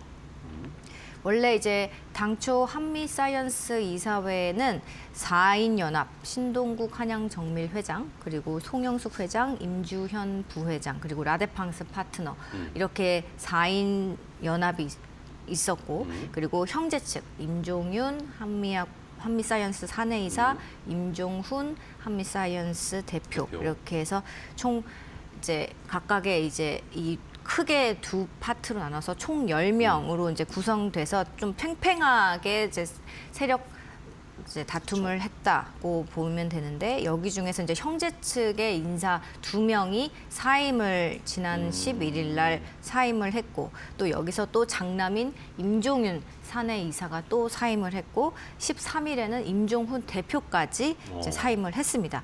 그래서 이제 사실상 한미사이언스 처음에 말한 신동국 회장을 포함한 4인 측 연합이 네. 이제 승기를 잡게 된 겁니다. 그렇습니다. 자, 이게 뭐 하루 이틀 이야기가 아니었어요. 굉장히 오랜 시간 동안 경영권 분쟁 이야기가 나오면서 어떻게 될 것인가. 어쨌든 뭐 집안 내 집안 싸움이었는데 자, 이런 경영권 분쟁 뭐 한번 과거에 왜 이렇게 스타트가 됐는지 어떤 추이를 보였는지 한번 정리 좀 해볼까요? 그렇죠. 1년이 넘었기 네. 때문에 가물가물하시겠지만 이제 경영권 분쟁이 원래 지난해 1월에 송 회장의 모녀가 상속세 납부를 하기 위해서 한미사이언스랑 OCI 그룹 통합을 그렇죠. 추진을 네, OCI 이야기가 했었습니다. 나왔었죠. 네, 그때 이제 임 대표랑 형인 임종윤 이사가 반발을 하면서 이 경영권 분쟁이 촉발이 된 겁니다. 그래서 지난해 3월에 그래서 이제 주총이 열렸는데 네. 이제 임종윤 형제 측이 한미사이언스 개인 최대 주주인 신동국 한양정밀 회장 표를 처음에 얻게 됐었습니다. 그래서 모녀 측이 경영권을 잃게 됐었는데요. 그래서 5월에 송영숙 회장이 그래서 이제 대표직에서 해임이 되기까지 했습니다. 네, 네. 그런데 형제 측이 한미사이언스 경영권을 진 다음에 주가가 좀 많이 떨어졌었습니다. 그러니까 이제 신 회장이 다시 모녀 측의 손을 잡아서 상황이 이제 반전이 되기 시작을 했습니다. 그래서 지난해 12월에 열린 이제 한미약품 이사회에서 모녀랑 신 회장 그래서 4인 아까 말씀드린 4인 연합 측 이사가 6명이 되면서 형제 측 이사는 4명이었는데 이제 6명으로 우위를 선점하게 됐고요. 네. 그래서 이제 최근에 한미사이언스 이사회에서 이제 형제 측을 포함한 이제 주요 이사들이 다 사임을 하면서 4인 연합이 최종적으로 승기를 잡게 된 것까지 오게 된 거죠. 네. 자, 이렇게 긴 시간 동안 결국에는 경영권 분쟁을 하고 나서 이제는 그러면 어쨌든 송 회장이 경영권을 갖고 본격적으로 사업을 진행을 하게 될 텐데 이게 여기서 이제 중요한 거는 결국에는 이제 이런 경영권 분쟁 이야기 좀 안 들리게 하고 네, 네, 본업인 그렇죠. 이제 제약 쪽에서 바이오 쪽에서의 좋은 소식들을 막 들려주고 사업을 펼치고 실적이 좋아지는 걸 보여줘야 할 텐데 뭐 이게 가능하다고 보세요? 네. 그런데 이제 네. 실적을 좀 보면은 네네. 그렇게 나쁘지가 또 나쁘진 않나요, 않습니다. 또? 네. 이슈들이 있었지만 이번에 실적에서 한미약품이 전통 제약사 중에서 영업이익으로는 1위를 차지를 했습니다. 워낙 큰 또 회사니까. 예. 네. 그런데 뭐 지난해 의료 분쟁도 의료 대란이 있어가지고 그쵸. 이제 전체적으로 전통 제약사들 영업이익이 이제 하락을 하긴 했는데요. 그런데 이제 한민 여기다 경영권 분쟁까지 있었잖아요. 그쵸. 그런데도 이런 것들을 감안을 하면은 선방한 성적이다. 이렇게 이제 평가가 나오고 있습니다. 영업이익이 지난해 전년 대비 2% 감소한 2,162억 원을 기록을 했습니다. 네. 매출은 지난해 연결 기준으로 약 1조 5천억 원을 기록해서 조금 전년 늘었네요. 대비 0.3% 증가했습니다. 이제 중국의 현지 법인의 북경 한미약품 이쪽이 이제 영업이 매우 잘 되고 있는데요. 작년 매출 3,856억 원, 영업이익 822억 원, 순이익 742억 원을 달성을 했습니다. 북경 한미가 2022년에 처음으로 매출 3천억 돌파를 한 다음에 지금 네. 3년 연속 이렇게 견조하게 흐름을 이어가고 있는 점이 좀 주목이 됩니다. 네. 자, 어쨌든 뭐 한미약품은 뭐 워낙 기존에 가지고 있던 인프라나 뭐 영업력을 잘 발휘를 하고 있는 것 같은데 실적을 잘 유지하고 있는 상황인 것 같습니다. 올해는 조금 더 개선된 실적들을 보여준다면 뭐 주가는 또 많이 좀 내려와 있는 상황이니까 반등을 기대해 볼 수도 있을 것 같고 또 다른 쪽도 볼까요? 뭐 임종현 코리그룹 회장이 어쨌든 관여하고 있는 DXVX도 이것도 봐야 될 네, 것 같은데 네, 그렇습니다. 이쪽은 어떤가요? 관리 종목 지정 가능성이 지금 아, 여기가 그래요? 지금 대두되고 있습니다. DXVX는 사실상 임종윤 회장의 개인 회사다 이렇게 네네. 볼 수도 있겠는데요. 임 회장이 2009년에 홍콩의 코리 컴퍼니를 설립을 하고 이 상장 폐지됐던 DXVX, 그러니까 옛날 이름이 캔서롭인데 캔서로? 이제 캔서롭을 인수를 하고 DXVX로 이름을 바꿨습니다. 그래서 임 회장이 2021년에 한미사이언스 지분 일부를 현물 출자해서 DXVX 지분 약 20%를 확보를 했고 경영진도 교체를 하고 또 사업 구조도 이제 다각화를 해서 지금의 이제 DXVX 만들었고 네네. 그때 당시에 상당한 외형 성장을 이룬 것도 맞습니다. 그런데 실적이 이제 그 이후로 좀 이렇게 좀 악화일로다 이런 평가도 사실 나오고 있습니다. 2021년에 78억 원 수준이던 당기 순손실이 2023년은 278억 원까지 늘었고요. 그리고 이번에 이제 공시한 내용을 보면 이 당기 순손실이 약 500억 원까지 늘었습니다. 그래서 그 법인세 비용 차감 전 그 계속 사업 네. 손실 비율, 이른바 법차손 비율이 지금 50%를 이렇게 2023년에 이어서 2024년에도 이제 넘어갈 걸로 이제 예상이 되면서 회사 측이 먼저 이제 공시를 통해서 우리 관리 종목 지정 우려가 있습니다라고 알렸습니다. 네. 자, 이러니까 DXVX 말씀해 주신 것처럼 관리 종목 지정되지 않을까. 얼마 전에 그래서 주가가 안 그래도 낮아져 있는데 더 떨어졌는데 그렇습니다. 네, 하한가를 네, 거의 하한가를 한번 기록했죠. 맞았잖아요. 네. 14일에 지난주였죠. 근데 오늘은 또 20% 넘게 오르고 있어요. 오늘 뉴스가 좀 나왔네요. 뉴스를 보니까 경구용 비만 치료제 기술 이전 실사를 진행한다. 뭐 이런 예. 소식이 나오면서 이런 예, 기대감 예. 때문에 오늘은 반발 매수가 좀 들어오면서 올라가고 있는데 네. 근데 뭐 사실 뭐 실적은 아직은 뒷받침이 잘 안 되어 있으니까 뭐 자금도 지금 수혈하고 있고 실적 회복 이런 거 일단은 지금은 기대감 때문에 올라가지만 현재 상태는 썩 좋지는 않은 것 같습니다. 이런 걸로 한번 개선될 수 있을까요? 네, 이제 실적이 이렇게 계속 좋지 않다 보니까 뭐 유상증자도 최근에 네, 진행을 그러니까. 했고 그렇습니다. 뭐 지난해 9월에 임 회장의 다른 개인 회사인 코리 컴퍼니가 네. 있다고 했잖아요. 여기를 통해서 DXVX에 자금 수혈을 했고 그리고 424억 원 규모로 유상증자를 진행을 했는데 여기에 코리 컴퍼니가 참여를 했고 DXVX는 우리 R&D랑 그 인건비에 쓰겠습니다라고 했습니다. 그 DXVX는 이번 이런 실적 악화들이 사실 이제 R&D에 워낙 우리가 연구 개발 비용을 투자를 많이 하다 보니까 이루어진 네네. 겁니다라고 이야기는 했지만 이 업계에서는 회사 규모에 비해서 좀 지나치게 사업을 확장시켰고 또 비용 관리에 사실 실패한 거 아니냐는 지적이 나오고 있다고 합니다. 그리고 이 회사의 주요 사업 중 하나가 DXVX라는 회사의 네. 주요 사업으로는 의료 진단 사업이 있습니다. 그래서 이제 생애 유전체 데이터 이제 검사 서비스라고 해서 신생아들을 대상으로 이제 유전체 검사를 해주는 그런 서비스 분석 진단 사업을 하고 있는데 이 매출이 2022년까지만 해도 120억 원이었는데 네. 이게 전체 한 37% 정도였거든요, 매출에. 그런데 이게 이제 크게 줄면서 좀 이쪽 사업이 좀 지지부진한 그러니까 핵심 사업에서 돈을 제대로 벌고 그러게요. 있지 못하는 모습이 보여지고 있죠. 그래서 DXVX라는 회사는 이제 정체성에 대해서 좀 헷갈리시는 주주분들도 많으실 그러니까요. 것 같아요. 왜냐하면 이 사업 저 사업 많이 하고 있는 오늘은 또 건 경구용 비만 치료제 이야기 맞습니다. 나오니까 도대체 네, 뭐가 네. 주력 사업인 거예요? 백신도 하고 있고요. 그러니까요. 그 경구용 비만 치료제도 하고 있고 헬스케어 사업도 하고 있고 뭐 건기식 이쪽도 하고 그래요? 있고 유전체 진단 분석도 하고 상당히 많은 건 맞습니다. 그래서 근데 일단 DXVX의 정체성 일단은 백신이 맞고요. 그리고 비만 치료제 이슈로 이제 지금 그 비만 치료제 같은 경우는 아마도 전임상일 단계인데 임상에 돌입하지 않은 그쵸. 건데요. 이게 이제 기술 이전 이야기는 사실 작년 하반기부터 계속 나왔던 이야기고 새로운 뉴스는 아니라고 아니에요? 보여집니다. 그래서 이 보실 때 비만 치료제라는 이제 이 좀 분야가 하나의 테마가 돼서 그쵸. 이제 사실 기사나 보도 자료만 나오면 주가가 움직이는 지금 시장 상황이 있는데 이 부분은 좀 잘 분별하셔 보셔야 할 필요가 있다고 보여집니다. 네, 알겠습니다. 자, DXVX까지 봤는데 뭐 석지원 기자가 코멘트를 해줬듯이 뭐 비만 치료제 이야기만 붙으면 뭐 요즘 뭐 제약바이오는 워낙 바로 반응을 보이니까 이건 뭐 추이는 계속 지켜봐야 되겠습니다.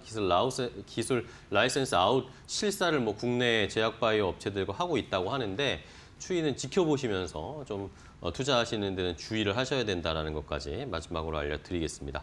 자, 이렇게 한미약품 이야기까지 자세하게 나눠봤습니다. 오늘 석지원 기자와 함께 제약바이오 쪽 또 인사이트 얻어봤는데요. 좋은 이야기 해주셔서 감사하고 다음 시간에 또 뵐게요. 기자님 고생 많으셨어요. 네, 감사합니다. 네, 고맙습니다.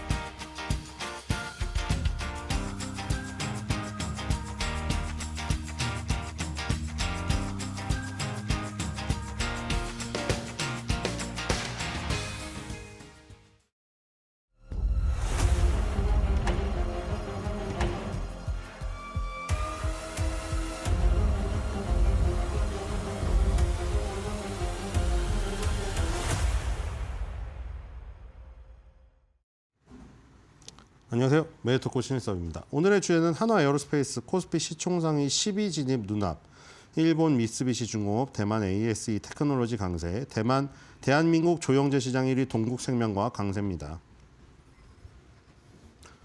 자, 오늘은 미국 증시가 휴장을 했었기 때문에 그 저번 주 금요일 날 시세가 그대로 유지되고 있죠. 자, 이제 이번 주 화요일 날부터 장이 시작되는데 자, 전부 다 또 중요한 안 중요한 날이 없겠습니다만 지금 중요한 고점을 네 지수가 모두 눈앞에 두고 있기 때문에 과연 뭐 관세 부과에 따른 무슨 전체 GDP에 뭐 깎이고 어쩌고 하는 거를 다 넘어서서 과연 지수가 모든 걸 이겨낼 수 있을지 지켜보는 한 주가 될 것 같습니다. 자, 나스닥, S&P 500, 필라델피아 반도체 지수 장이 안 열렸기 때문에 그림만 살짝 보고 넘어갈게요. 자, 나스닥입니다. 네, 예, 나스닥도 이렇게 되어 있고요. 지금 예, 한 끈만 더 올리면 지금 또 신고가인 거죠. 자, S&P 500입니다. 자, S&P 500도 마찬가지고요, 지금. 그쵸? 이번 주 내로 역사상 신고가 도전이 나오겠는데요. 자, 필라델피아 반도체입니다. 필라델피아 반도체. 예, 이것도 지금 21선을 돌파했죠. 자, 이제 그 사이에 그럼 미국이 쉬었으니까 자, 독일은 어떻게 됐을까? 독일 미쳤습니다. 독일 거기서 또 갔어요, 지금. 이게 왜 이렇게 강한 거죠? 지금 이게 22,798, 거의 23,000을 가고 있거든요, 지금. 자, 독일이 워낙에 강합니다. 지금 뭐 정치적으로는 굉장히 지금 여기 그냥 경제에 투자해서 그런 건가? 지금 벤스 부통령이 거기 가갖고 난리가 났잖아요. 유럽 각 국가 수장들 다 앞에 있는데 대놓고 민주주의에 대해서 강연회를 해가지고 그 독일의 이 지금 관료가 열이 받아가지고 벤스 앞에 두고 이게 무슨 무례한 짓이냐고 또 대놓고 얘기를 해버렸거든요.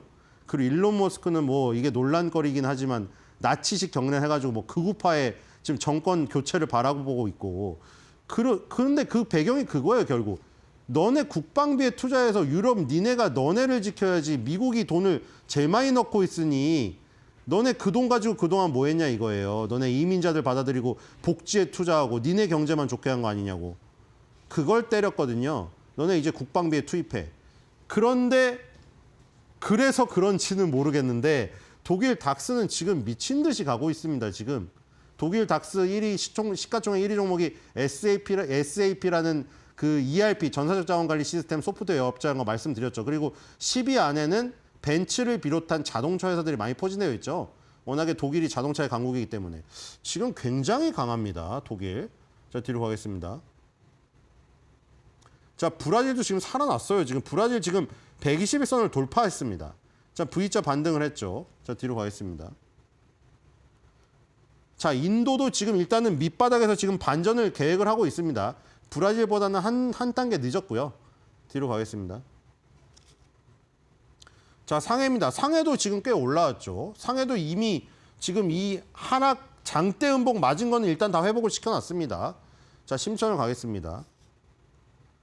심천도 한 단계 더 올라가 있는 상태도 다 V자 반등했어요, 지금. 자, 뒤로 가겠습니다. 상해 심천도 살아났고. 자, 대만 니케이. 자, 니케이도 결국 다시 박스권 중단을 가자 양봉이 출현하고 있습니다. 자, 이렇게 되면은 지금 전 세계 증시가 거의 동시에 아주 중요한 저항권을 돌파를 시도한다던가 아니면 다시 정고점에 가까이 간다던가 이런 모습이 동시에 나타날 확률이 지금 있어요. 자, 대만으로 가겠습니다. 자, 대만도 지금 다시 좋아지고 있죠, 지금. 그쵸? 뭔가 그냥 느낌만으로도 알 수 있잖아요. 뭔가 불길이 약간 위로 퍼지는 듯한 느낌이잖아요. 그쵸? 그냥 느낌만 가지면 됩니다. 여기서 이게 뭐 현학적으로 선을 긋고 뭐 다 그거 사후적인 해석이에요. 뒤로 별거 없어요. 뒤로 가겠습니다. 그냥 느끼면 되는 거예요. 자, 코스피도 그냥 느껴지잖아요. 지금 위로 뻗었잖아요. 그쵸? 그래서 뭘 어려운 설명을 하고 무슨 피보나치 수열을 여기다 해서 확률을 계산하고 다 필요 없습니다. 자, 그냥 느끼면 돼요. 자, 위로 올라가고 있죠. 2600 돌파했어요. 뒤로 가겠습니다. 자, 코스닥도 아주 좋죠. 지금 다 좋죠. 전 세계 증시가 대부분 좋아요. 독일 닥스가 워낙에 지금 강해서 그렇지 지금 뭐 조금 뒤떨어져 있다는 신흥국 증시들. 브라질, 인도, 뭐 우리나라가 신흥국이라고는 뭐 증시에선 신흥국이라고 안 하지만 솔직히 우리나라가 뭐 그때 말씀드렸잖아요. 막 선진국이라고 하는데 AIHD, 그쵸? 앨런 머스크가 지금 때리고 있는 그 USAIHD, 그 AIHD 차관 빌려서 만든 아파트가 아직도 재건축이 되고 있는 이 나라라고요, 지금. 원조받던 나라의 흔적이 아직도 있잖아요. 그러니까 뭐 이렇게 뭐 자부심을 가지지 말라는 게 아니라 너무 오바를 해도 안 된다는 거죠. 어쨌든 간에 신흥국 증시 아니라고 쳐요. 그래도 어쨌든 간에 미국 증시나 독일 증시만큼은 아니잖아요. 그럼에도 불구하고 어쨌든 간에 지금 브라질, 인도 뭐 그 다음 단계라면 우리가 뭐 우리나라, 대만, 니케이 이렇게 묶어서 아시아 3대 증시 뭐 다 괜찮게 올라가고 있습니다. 자, 뒤로 가겠습니다. 자, 원달러 환율 이게 지금 자, 일단 61선 아래로 내려왔죠. 여기서 여기 한번 딱 떨어지면은 그쵸? 굉장히 악화되는 지금 상황이죠. 원달러 환율 차트 망가지면 코스피 차트는 예뻐지고 반대라고 했죠. 지금 망가지기 일보 직전이거든요. 이게 한 번만 쏟아지면은 폭포수처럼 쏟아질 것 같은데, 자 일단 대롱대롱 매달려 있어요. 뒤로 가겠습니다. 자 원유는 그냥 계속 제자리고요. 뒤로 가겠습니다. 지금 올라갈 건덕지가 없습니다. 이제 전쟁까지 지금 다 종전되게 생겨가지고, 자 2,120억. 자 이것 때문에 원달러 환율이 안 망가지고 있어요. 외국인이 순매수를 전환만 한번 해주면 되는데 오늘도 역시나 2,100억 팝니다. 코스닥도 1,100억 팔고 있고. 뒤로 가겠습니다. 외국인이 안 붙어주고 있네. 외국인이. 그렇죠? 외국인이 지금 4일 연속 순매도죠. 외국인이 안 붙어주고 있다. 자 이게 언제쯤 전환이 될까? 그렇죠? 전환되는 그 시점이 중요합니다. 뭐 금액이 작더라도 순매수가 전환되는 그 한 번 반전이 한 번 일어나야 돼요. 뒤로 가겠습니다. 오늘은 이미 늦었고요. 오늘 2,100억에서 갑자기 순매수를 전환할 그런 일은 거의 일어나지 않습니다. 추세라는 게 있기 때문에. 자, 엔비디아 오랜만에 2.63 올랐네요. 이건 근데 그대로죠. 뒤로 가겠습니다. 정지된 상태죠. 오늘 장이 안 열렸어요. 자, 일본 증시입니다. 일본 증시 지금 가장 많이 오르고 있는 거 1.45. 요게 가장 높네요. 리크루트 홀딩스. 그 다음에 도쿄 일렉트론이죠. 자, 뒤로 가겠습니다. 자, 대만 증시 이게 대만이랑은 우리나라랑 일본이랑은 시차가 없고 대만이랑은 1시간 시차가 있다고 했잖아요. 그래서 얘네는 10시에 열리는 것 같은 거죠. 시차 때문에. 근데 이게 20분 지연이라 10시 20분에 캡처를 해야 되거든요. 오늘 조금 대본을 늦게 드리면서 10시 20분에 캡처했습니다. 왜냐하면 대만 증시도 중요한 게 일단 TSMC가 1위인 게 삼성전자가 1위인 우리나라 구조랑 똑같고 여기에 지금 TSMC가 이끄는 이 밸류체인들 있죠. 앞에 설계업체, 뒤에 테스트 조립업체. 이게 지금 요 반도체 씬에서 완전히 자리를 꽉 잡고 있는 애들이기 때문에 중요하지 않을 수가 없어요. 그래서 지금 대만 증시에 있는 것도 다 중요하다. 그 애플의 아이폰 이번에 20일 날 신규 모델 출시되잖아요. 지금 보급형. 어떻게 나올지 모르겠지만. 그럼 결국 또 폭스콘의 모회사 홍하이 프리시전 대만 시총 2위잖아요. 이게 움직일 것이고. 다 결국 연관되어 있어요. 우리나라 구조뿐만 아니라 미국 증시까지 다 연결되어 있어요. 그렇죠? 이 TSMC는 결국 엔비디아 애플의 최대 고객사가 엔비디아 애플이고, 그렇죠? 애플의 제품은 여기서 만들고 폭스콘에서 너무 영향이 크잖아요. 그다음에 ASE 테크놀로지 지금 0.84 오르는데 이게 지금 후공정 1위잖아요. 전 세계. TSMC가 끌어주니까 후공정까지 땡겨주는 거죠. 지금 뒤로 가겠습니다. 대만도 상당히 중요하다 이 씬에서. 자, 그래서 지금 미국은 저기 장이 안 열렸지만 특징주로 컨스텔레이션 브랜드. 왜냐하면 이게 13F라고 2월, 5월, 8월, 11월. 왜냐하면 3, 6, 9, 12가 분기잖아요. 분기 말이 3, 6, 9, 10인데 그로부터 45일. 그러니까 예를 들어 3월 달로 따지면 11월 달 따지죠. 12월. 12월 4분기로 따지면 45일이면은 1월 달 한 달 날리고 그다음 15일. 그러니까 1월 달 한 달 날리고 2월 15일까지. 2월 15일이 12월 달까지 4분기의 마지막 포트폴리오 변경을 보고해야 되는 날이에요. 그래서 13F라고 뭐 우리 1억 달러 넘는 펀드들은 다 보고를 해야 되잖아요. 그래서 맨날 이제 버크셔 해서에 이렇게 나오는데 이번에 신규로 매수한 딱 유일한 한 종목이 이거잖아요. 그게 워렌 버핏이 다 결정했는지 밑에 결정했는지 그건 알 수가 없어요. 워렌 버핏이 지금 모든 판단을 하진 않아요. 그 밑에 후계자들이 지금 판단을 하고 있기 때문에. 근데 어쨌든 컨스텔레이션 브랜드를 샀잖아요. 버크셔 해서웨이가. 지금 이게 멕시코 관세에 엮여 있죠. 지금 이게 급락했던 이유가 여기 급락했다가 이거는 워렌 버핏의 버크셔 해서웨이가 매수했다고 해서 갭상승이 나온 거거든요. 그 전만 해도 이렇게 되어 있었어요. 멕시코에 관세 25% 부과한다고 하니까 그러면 이 컨스텔레이션 브랜드의 주요 그 맥주가 코로나거든요. 코로나 맥주를 수입하는데 그럼 코로나 맥주 25% 관세가 붙어버리면 미국에서 수입을 안 할 수도 있잖아요. 그냥 미국 맥주 마시고. 그 우려로 빠졌다가 버크셔 해서웨이가 이 지금 13F에서 발표했는데 신규 매수를 했다고 해서 일단 갭상승을 한 거예요. 뒤로 가겠습니다. 그러니까 지금 멕시코 관세 이슈랑 아주 밀접한 관련이 있는 종목이죠. 자, 귀주 못해주도 술 주식이고 뒤로 넘어가겠습니다. 예, CATL 조금 올랐고요. 뒤로 넘어갈게요. 자, 도요타 자동차. 도요타가 지금 헤매고 있습니다. 자, 뒤로 가겠습니다. 도요타가 잘 안 나오고 있어요. 자, TSMC. 본토 증시의 TSMC는 저만큼 올랐고요. 뒤로 가겠습니다.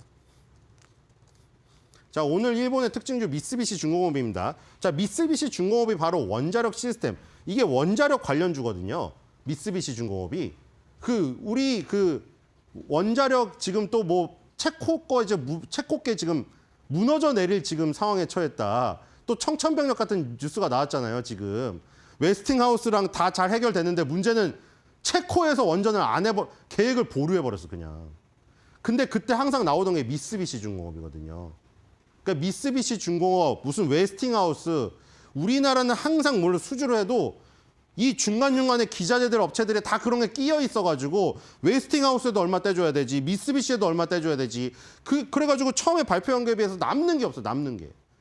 그래서 이게 어쩔 수가 없는 게 원천 기술을 갖고 있다 보니까 평생 그걸 주장하는 거예요. 평생.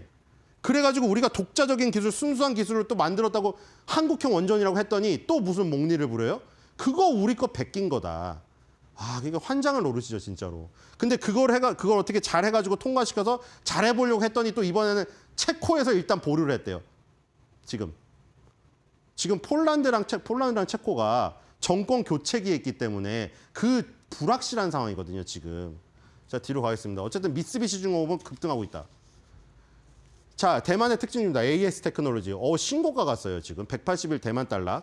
자, AS 테크놀로지는 지금 최종 테스트, 이 업체죠. 결국에는 AS 테크놀로지가 지금 이 대만의 TSMC가 제조를 하기 때문에 후공정, 조립 테스트를 TSMC 자체적으로 하지만 자기 대만 회사인 AS 테크놀로지에 밀어주는 것도 당연히 있겠죠. TSMC에서 만들었는데 최종 조립 테스트를 그럼 한국의 업체에 주겠어요? 대만의 업체에 주겠어요? 당연히 팔은 안으로 굽죠. 그러니까 TSMC가 국권이 자리 잡고 있으니까 AS 테크놀로지까지 세계 1위가 돼버린 거예요, 이게. AS 테크놀로지 주가 상당히 좋죠, 지금. TSMC는 조금 지지부진하고 있는데 후공적인 AS 테크놀로지는 날아가고 있다, 지금. 뒤로 가겠습니다. 자, 우리나라에서 가장 많이 오르는 섹터입니다. 자, 그나마 근데 다행인 건 원자력 발전소 해체 지금 2위에 있잖아요. 원자력 관련주가 좀 오르고 있거든요. BHI를 비롯해서. 근데 이거 조선이 이끈 거예요, 이거. 우리나라 그 체코 원전 수주 지금 무너지려고 하니까. 근데 원자력 관련주가 어떻게 살아나냐면 귀신같이 저번에 말했죠. HD 한국조선해양에서 원자력 발전으로 가는 모델을 만들었어요. 그래서 갑자기 원자력 관련주가 조선에 편입이 됐어요. 조선주가 지금. 조선주에. 그래서 귀신같이 어쨌든 살았다. 어쨌든 1위는 2025년도 상반기 신규 상장 업체. 동국생명과학이 지금 오름테라퓨틱을 살짝 이기는 1위입니다. 둘이 계속 치열해요, 지금 오늘. 자, 일단 그래도 치열하지만 한 끗 차로 지금 이기고 있는 제가 캡처할 당시에 동국생명과학을 보도록 하겠습니다. 자, 동국생명과학 하니까 무슨 동국자 들어가니까 우리 마데카솔 만드는 동국제약. 그거랑 상관이 없어요. 뒤로 가겠습니다. 그거랑 상관이 없습니다. 우리 예를 들어 그거랑 똑같아요. 핑크퐁 만든 삼성출판사랑 삼성전자랑 상관없습니다. 그쵸? 그 착각하시는 분 있어요. 삼성그룹이 삼성출판사 하네? 이름만 같은 거예요. 이것도 마찬가지예요. 얘네는 마데카솔 뭐 이런 동국 그 제약이 아니고 조영제 이거 CT, MRI 찍을 때 그 먹으면 막 금속 무슨 비린맛 나는 뭐 그걸 먹어야 돼요. 그 왜 먹냐면 혈관이 더 잘 찍히게 하기 위해서 투명하게. 그게 조영제인데 동국생명과학이 조영제 시장 1위거든요. 여기 보면은 저도 동국제약이래. 동국생명과학 홈페이지 들어가면은 여기 패티오돌이라는 주사가 있고 가도비전이라는 게 있죠. 이게 엑스레이나 CT 찍을 때 잘 보이게 하는 조영제고 패티오돌이. 그리고 이 가도비전이 MRI 찍을 때 잘 보이게 하는 조영제예요. 근데 여기 보면 제네릭이라고 되어 있잖아요. 그러니까 우리가 바이오의 복제약은 바이오 시밀러인데 화학합성 의약품의 복제약은 제네릭이에요.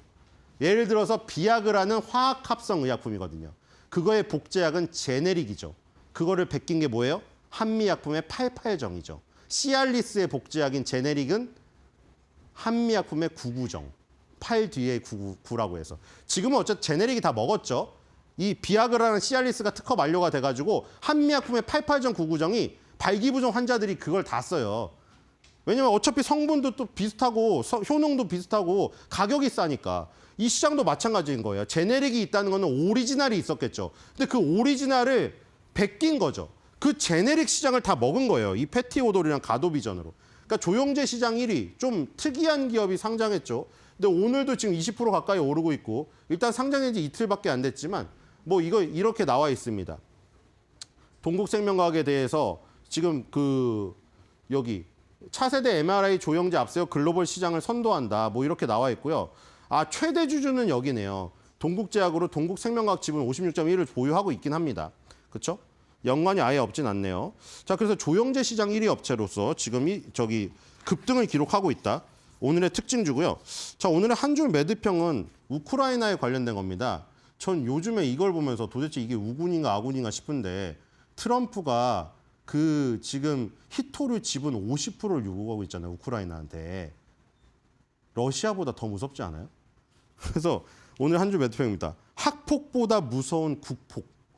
그러니까 이게 뭐예요? 유럽 너네 군비 올려라예요. 그럼 누가 좋다? 전 세계 군비 올라가는 소리 이꼬르 코리아 방산 주가 올라가는 소리.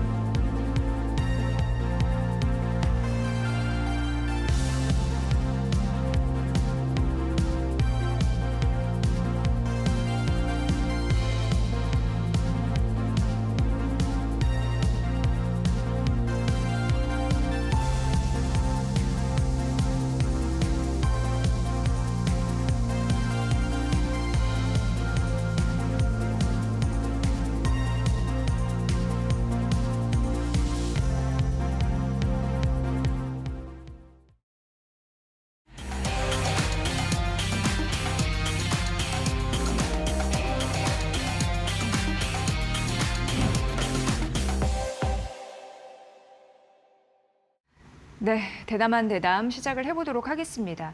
K 반도체에 대한 우려도 있고 희망 섞인 목소리도 있고 그렇습니다. 반도체 기업 세액 공제율 5% 상향을 골자로 한 K 칩스법 같은 경우에 국회 기재위를 통과했다라는 소식도 전해지고 있는데 앞으로 K 반도체의 지형이 조금 더 좋은 환경으로 변화가 될 수 있을지 오늘 K 반도체에 대한 여러 가지 여건들, 환경들 저희가 점검해드리도록 하겠습니다. 김장렬 유니스토리 자산운용 투자전략본부장과 말씀 나눠보도록 하겠습니다. 본부장님 어서 오세요. 네, 안녕하십니까. 네.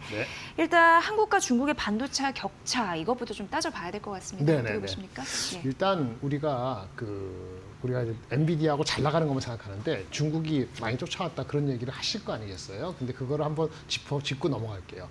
사실은 어저께 그 관련되는 업체에 대해서는 별로 안 좋은 거, 우리한테 좋은 뉴스가 나온 게 있기 때문에 그것도 같이 아울러서 말씀드리면 일단 D램하고 낸드가 있죠. D램에서는 우리가 한 4년 정도 앞서 있습니다. 4년이라면은 D램의 공정에서는 한 2-3개 단계 앞서 있다라고 보시면 되겠고요. 낸드, D램 사이즈보다는 한 반 이하 되는 마켓인데 휴대폰에 많이 들어가는 낸드라는 메모리도 있죠. 거기서는 격차가 별로 없어요.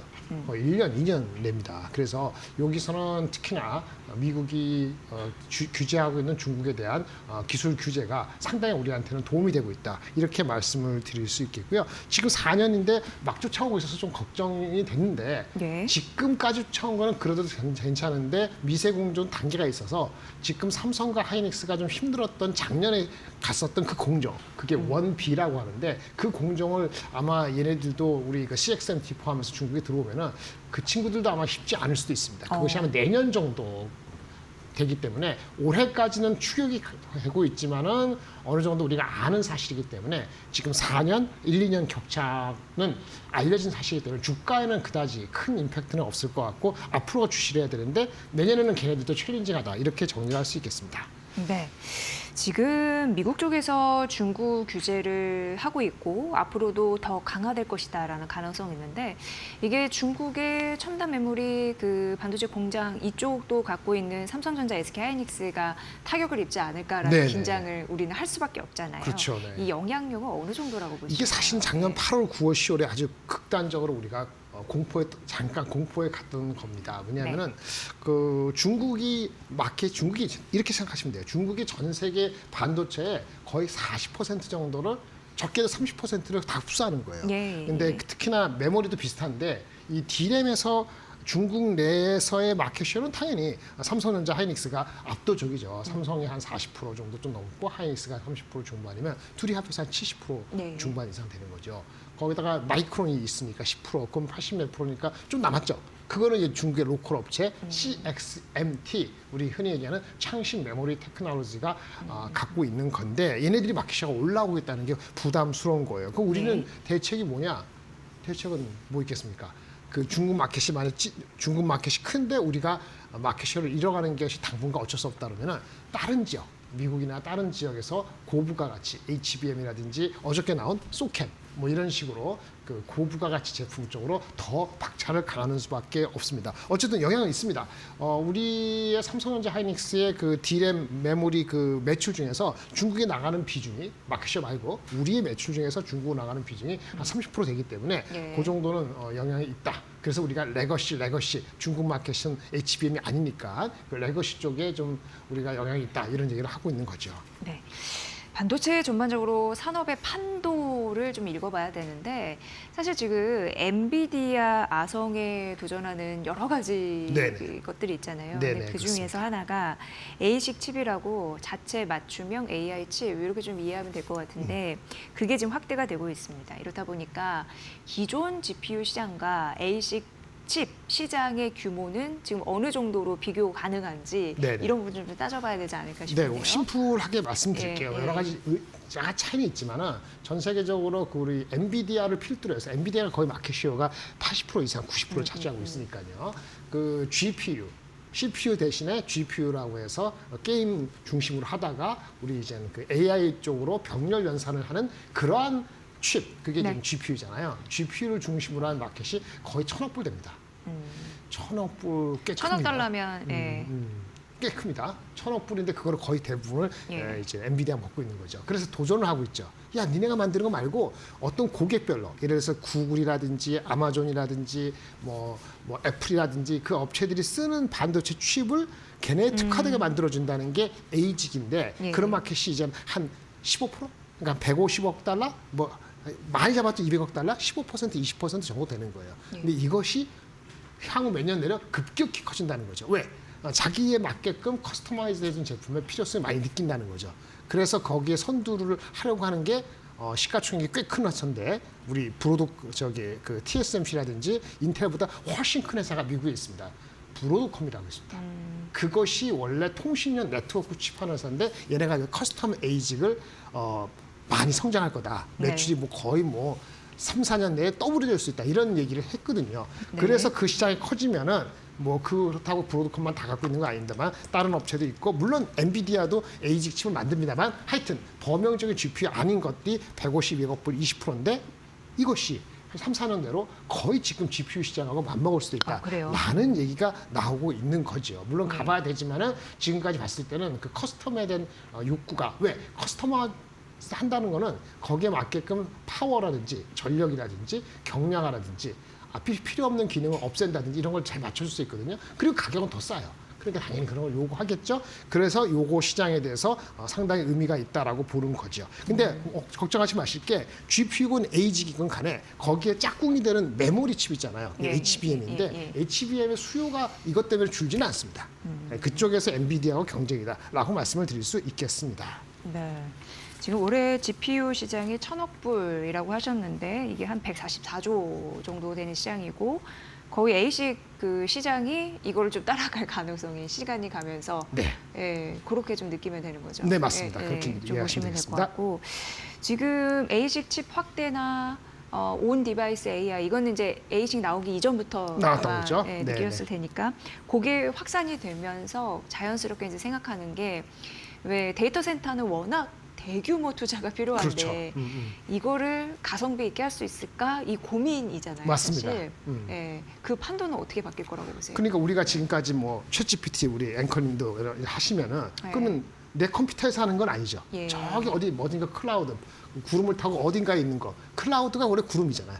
어딘가에 있는 데이터 센터에서 처리를 해가지고 이게 오는 거잖아요. 그러니까 컴퓨터가 우리가 갖고 있는 노트북은 사실 큰 역할을 안 하는데 만약에 노트북이건 휴대폰이건 뭔가 AI를 전용으로 하는 조그만 디바이스를 갖고 다니면서 저기 멀리 데이터 센터까지 갔다 와야 되는 그런 연산도 있겠습니다만은 대부분 여기서 처리하는 거 나한테 직접 붙어 있어서. 그렇죠. 예. 내가 요구하는 나한테 커스터마이즈 된 거는 조금 용량도 작고 그럴 수 있지 않을까. 예. 이런 거죠. 거기에 들어가는 반도체는 그걸 AG라 할 수도 있고 거기에 대한 반도체 D램은 HBM이 아닌 제품이 있을 수 있겠죠. 그런 제품으로도 커스텀 AG가 맞아 들어가는 거고 우리도 HBM 대신에 어저께 나왔던 거, 날이 났던 소캠. 소캠이라는 게 뭐냐면은 이제는 우리가 흔히 얘기하는 로우 파워, 전력이 낮은 제품의 D램보다도 더 낮고 그런 것들. 그걸 엔비디아가 HBM만 하는 게 아니고 우리 삼성하고 하이닉스 같이 해서 우리도 조그만 디바이스용으로 들어가는 AI를 하려는데 너네가 그 D램을 좀 더 잘 맞춰줘. 그게 나온 게 소캠이거든요.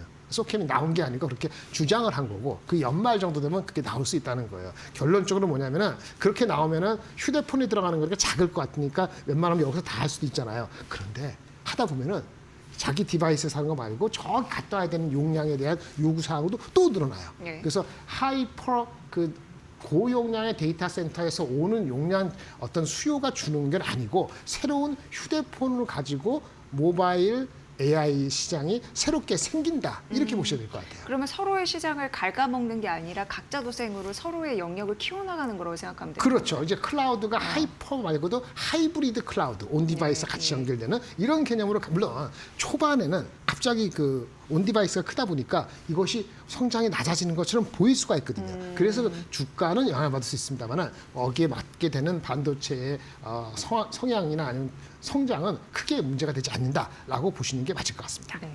서로의 특성이나 어쨌든 성격과 기술력이 다른 섹터잖아요. 맞습니다. 네. 네. 그러니까 하나는 뭐 클라우드에서 갖다 쓰는 그런 거 쉽게 얘기하면 아니다.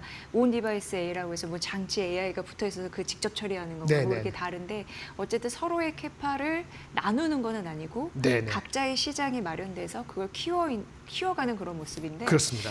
그러면은 자연스럽게 이런 생각 들거든요. 한국 HBM 시장의 미래는 어떨 것인가? 네네네. 네. HBM 시장은 지금 크게 네. 저 멀리 가는 하이퍼 스케일 데이터 센터의 수요가 주는 게 아니라 그랬잖아요. 예. 그러니까 HBM 수요는 있어요. 네. 그런데 아까 말한 것처럼 온 디바이스가 되고 하면은 조그만 거 들어가니까 거기에 맞게 되는 D램은 용량이 좀 작을 것 같기도 하고 그렇잖아요. 그래서 그 제품도 갖고 있으면 돼요. 삼성전자 하이닉스는 제품의 다양성이 있으면 된다. 네네네. HBM도 있고 아까 어저께 말씀드린 소캠이라는 LP, 로우 파워 DDR도 있고 다 그런 게 다 갖춰지면 되니까 특별히 걱정할 건 없고 네. 이 내에서 HBM 내에서 아직 삼성전자가 오늘도 뭐 좋은 얘기 하고 뭐 했습니다만은 자사주 뭐 산 거 다 소각하고 다시 또 산다 하고 뭐 그다음에 뭐 임원들을 이사진을 뭐 3분의 1을 반도체 전문가 떼온다 여러 가지 기사가 나와서 좋게 하긴 하는데 at the end of the day 결국 뭐냐면 콜이 나고 그다음에 설계가 잘못된 거를 고치고 해야 되거든요. 콜 나는 게 지금 어저께도 전영현 회장님이 부회장님이 그 엔비디아에 가서 어저께인가 지난주에 전영현 부회장께 삼성전자 엔비디아 가서 엔비디아하고 그 HBM3E 그거에 대해서 승인 문제에 대해서 얘기를 네. 했다. 네. 그 기사가 나왔잖아요. 네. 그러니까 오늘 그런 것도 좋은 거고 하지만 아직 확정이 안 됐죠. HBM3E 콜 나는 게 하나 필요하고 그다음에 공정 중에서 아까 잠깐 말씀드렸는데 헤매고 있는 원B 공정. 예. 사실 원B가 아니고 원C죠. 원C 공정을 그게 뭐예요? 이게 이유가 있어요. 반도체가 예. 반도체 칩을 작아지려면 이 간격이 뭐 좁아야 될 것 같죠. 예, 그걸 예. 미세 공정이라는데 예. 그거 단계가 20나노가 아니고 10나노급 되면서 점점 더 어려워져요. 그래서 구분을 X, Y, Z, A, B, C 이렇게 하고 있어요. 삼성 하이닉스가 가장 앞서 있습니다. 하이닉스가 얼마 전에 양산을 한다는 게 원C. 그러니까 X, Y, G, A, B, C 이게 C니까 제일 미세한 잘하는 거예요. 거. 가장 얇은 예, 거예요. 기술력 좋은 네. 거. 근데 삼성은 원C를 아직 못 만들고 있거든요. 예. 원C 개발하는 게 올해 6월까지예요. 그러니까 하이닉스보다 한 9개월 뒤졌는데 6월 달에 개발을 해야 돼요. 원C를. 참고로 아까 말씀드린 그 중국에 따라온다는 애 걔네들이 XY에 있어요. 굉장히 있다는 거예요. 그게 아직 기술 격차는 있네요. 네, 많이 따라왔지만은 그런데 하여튼 삼성전자 입장에서는 원C 하이닉스보다 못한 거를 6월까지 하겠다는 걸 해야 되고 예. 그거와 별도로 HBM3 콜 안 난 거를 어저께 전영 회장님이 가서 만났다고 하는데 예. 그게 결과가 나오는 게 무엇보다 중요하죠. 그러니까 그 HBM 수요가 어떻다 그런 거 걱정할 건 없다 이거죠. 네, 그 이슈는 아니다. 네. 하이닉스는 앞서 나가고 있는데 HBM4 그거를 먼저 하는 게 올 하반기 이렇게 보시면 되고요. 네. 삼성이 만약에 하이닉스한테 헤게모니에서 이길 수 있는 거는 혹시라도 그렇게 삼성을 많이 좋아하시는 응원하시는 분 계실 텐데 HBM4E에서 승부가 날 수가 있습니다. HBM4E는 27년 양산이고 보통은 내년도에 승부가 날 것 같아서 올해까지는 좀 스트러글이 하고 그 분기점이 6월 무슨 항쟁 민주항쟁이 아니고 6월에 분기점에 삼성이 크게 있을 수 있다 이렇게 말씀을 드릴 수 있겠습니다. 수요 이슈가 아닙니다. 네. 그 HBM도 그렇고 뭐 삼성전자 얘기를 좀 해주셨지만 HBM 시장의 주도권을 주지 못하니까 이렇게 힘들어하잖아요. 네네, 근데 그렇습니다. 지금 넥스트 HBM을 노리는 흐름도 이미 시작이 됐고 CXL 시장 말인데요. 네네네. 이것도 지금 뭐 삼성전자 뭐 기술이 뭐 됐다라는 얘기도 있고 네네. SK하이닉스 좀 후발주자 느낌도 요구에서는 있고 네네. 뭐 어쨌든 그런데 CXL이 뭔지 좀 쉽게 좀 설명을 아주 해주시면 쉽습니다. 좋겠어요. 아주 두 마디 할게요. HBM과는 다른 거잖아요. 다른 거죠. 네. 컴퓨터 익스프레스 링크 말에 들어있죠. 컴퓨팅 하는데 예. 빠르게 예. 할 수 있게끔 연결시켜준다. D램이 보통 CPU가 있고 GPU가 있고 여러 가지 그 주변 회로가 있어요. 여러 가지 반도체 회로들 우리 D램 말고 예. 그 컴퓨터 안에는 여러 가지 그 로직 칩들이 있거든요. 걔네들 다 D램을 좋아해요. 그러니까 CPU도 그렇고 GPU도 그렇고 GPU도 한두 개가 아니고 그다음에 여러 가지 로직들이 다 D램을 액세스 가서 야 너 갖고 있는 거 데이터 내놔 이렇게 자꾸 물어보거든요. 예. 그러니까 D램이 빨리빨리 이게 응해야 되는데 이거를 공유하는 거예요. CPU, GPU 이런 것들이 공유해서 빨리 갈 수 있게끔 하는 그런 D램의 인터페이스를 갖고 있는 게 CXL D램인 거예요. 그러니까 여러 가지 그래서- 장치들을 더 빠르게 연결하는 그렇죠. 그래서 원래 통로 시작할 역할을 때는 한다. CPU, 인텔이 그걸 주도했어요. 어. 그래서 여전히 우리 D램보다는 CPU나 GPU 업체들이 더 드라이브를 하고 있는데 옛날에 잘 나갈 때 인텔하고 삼성이 했지 않겠어요? 인텔하고 삼성이 주도를 했기 때문에 삼성이 하이닉스보다 조금 앞선 거 맞죠. 근데 그 관계가 크진 않아요. 두 번째는 이게 HBM을 대체하느냐? 절대 아니고요. HBM하고 다른 역할을 하는 거예요. 네. 시장 사이즈가 가장 좋게 보는 곳이 27년도 정도 됐을 때 업데이트 되겠죠. 이게 2년 뒤. 2년 뒤 또는 28년 됐을 때 HBM 현재 사이즈의 한 5분의 1 정도 될 수도 있지 않을까라는 정도입니다. 아, 삼성전자 이 시장에. 하이닉스 예. 그 주가보다는 이 관련되는 뭐 설계하고 칩하고 뭐 이렇게 그 소부장 있잖아요. 걔네들은 가까울수록 그것이 와닿는 거 맞죠. 네. 그리고 어저께 나온 거는 또 다른 얘기고 예, 그래서 예. 지금은 삼성 하이닉스 이슈는 아니고 삼성이 앞서 있긴 하지만 그것하고 삼성보다 하이닉스 삼성보다 이런 얘기도 아니고 CXL 자체를 개발하는 설계 마이크로 컨트롤러 그런 업체들은 중간중간에 보실 수는 있습니다. 네.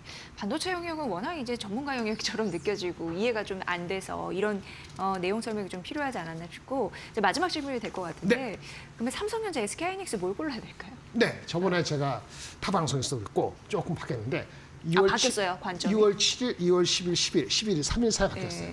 예전에 하이닉스를 95로 봤다면 삼성전자는 5도, 95니까 저쪽에 삼성전자 이렇게 봤거든요. 주가를.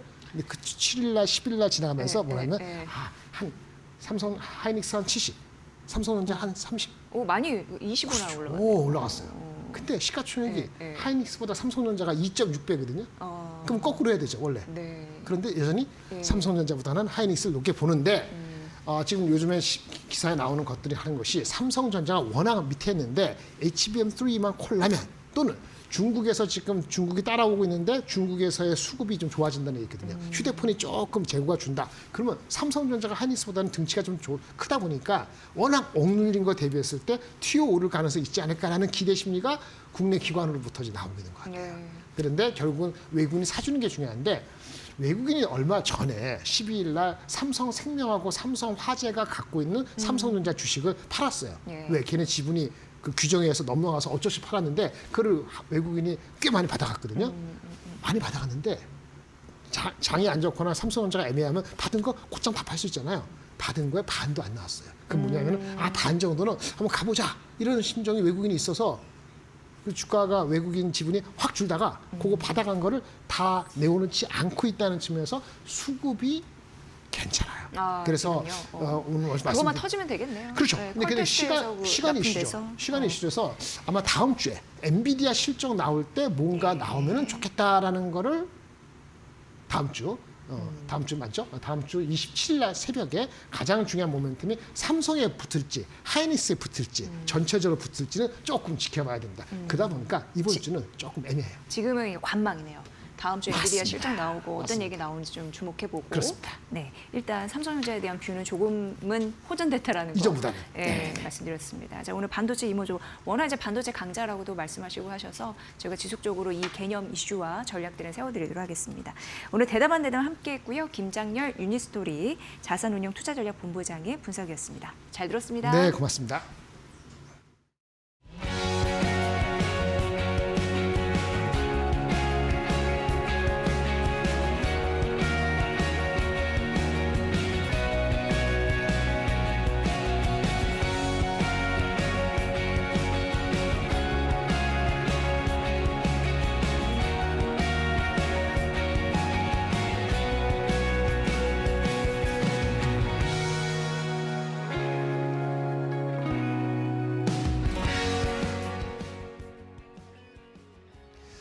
자, 우리 시장 최근에 견조한 흐름을 나타내고 있죠. 트럼프 대통령이 계속 관세를 어떻게 하겠다 이야기들이 나오다가 이번 주에는 조금 트럼프 대통령이 관세에 대한 이야기를 쉬고 있습니다.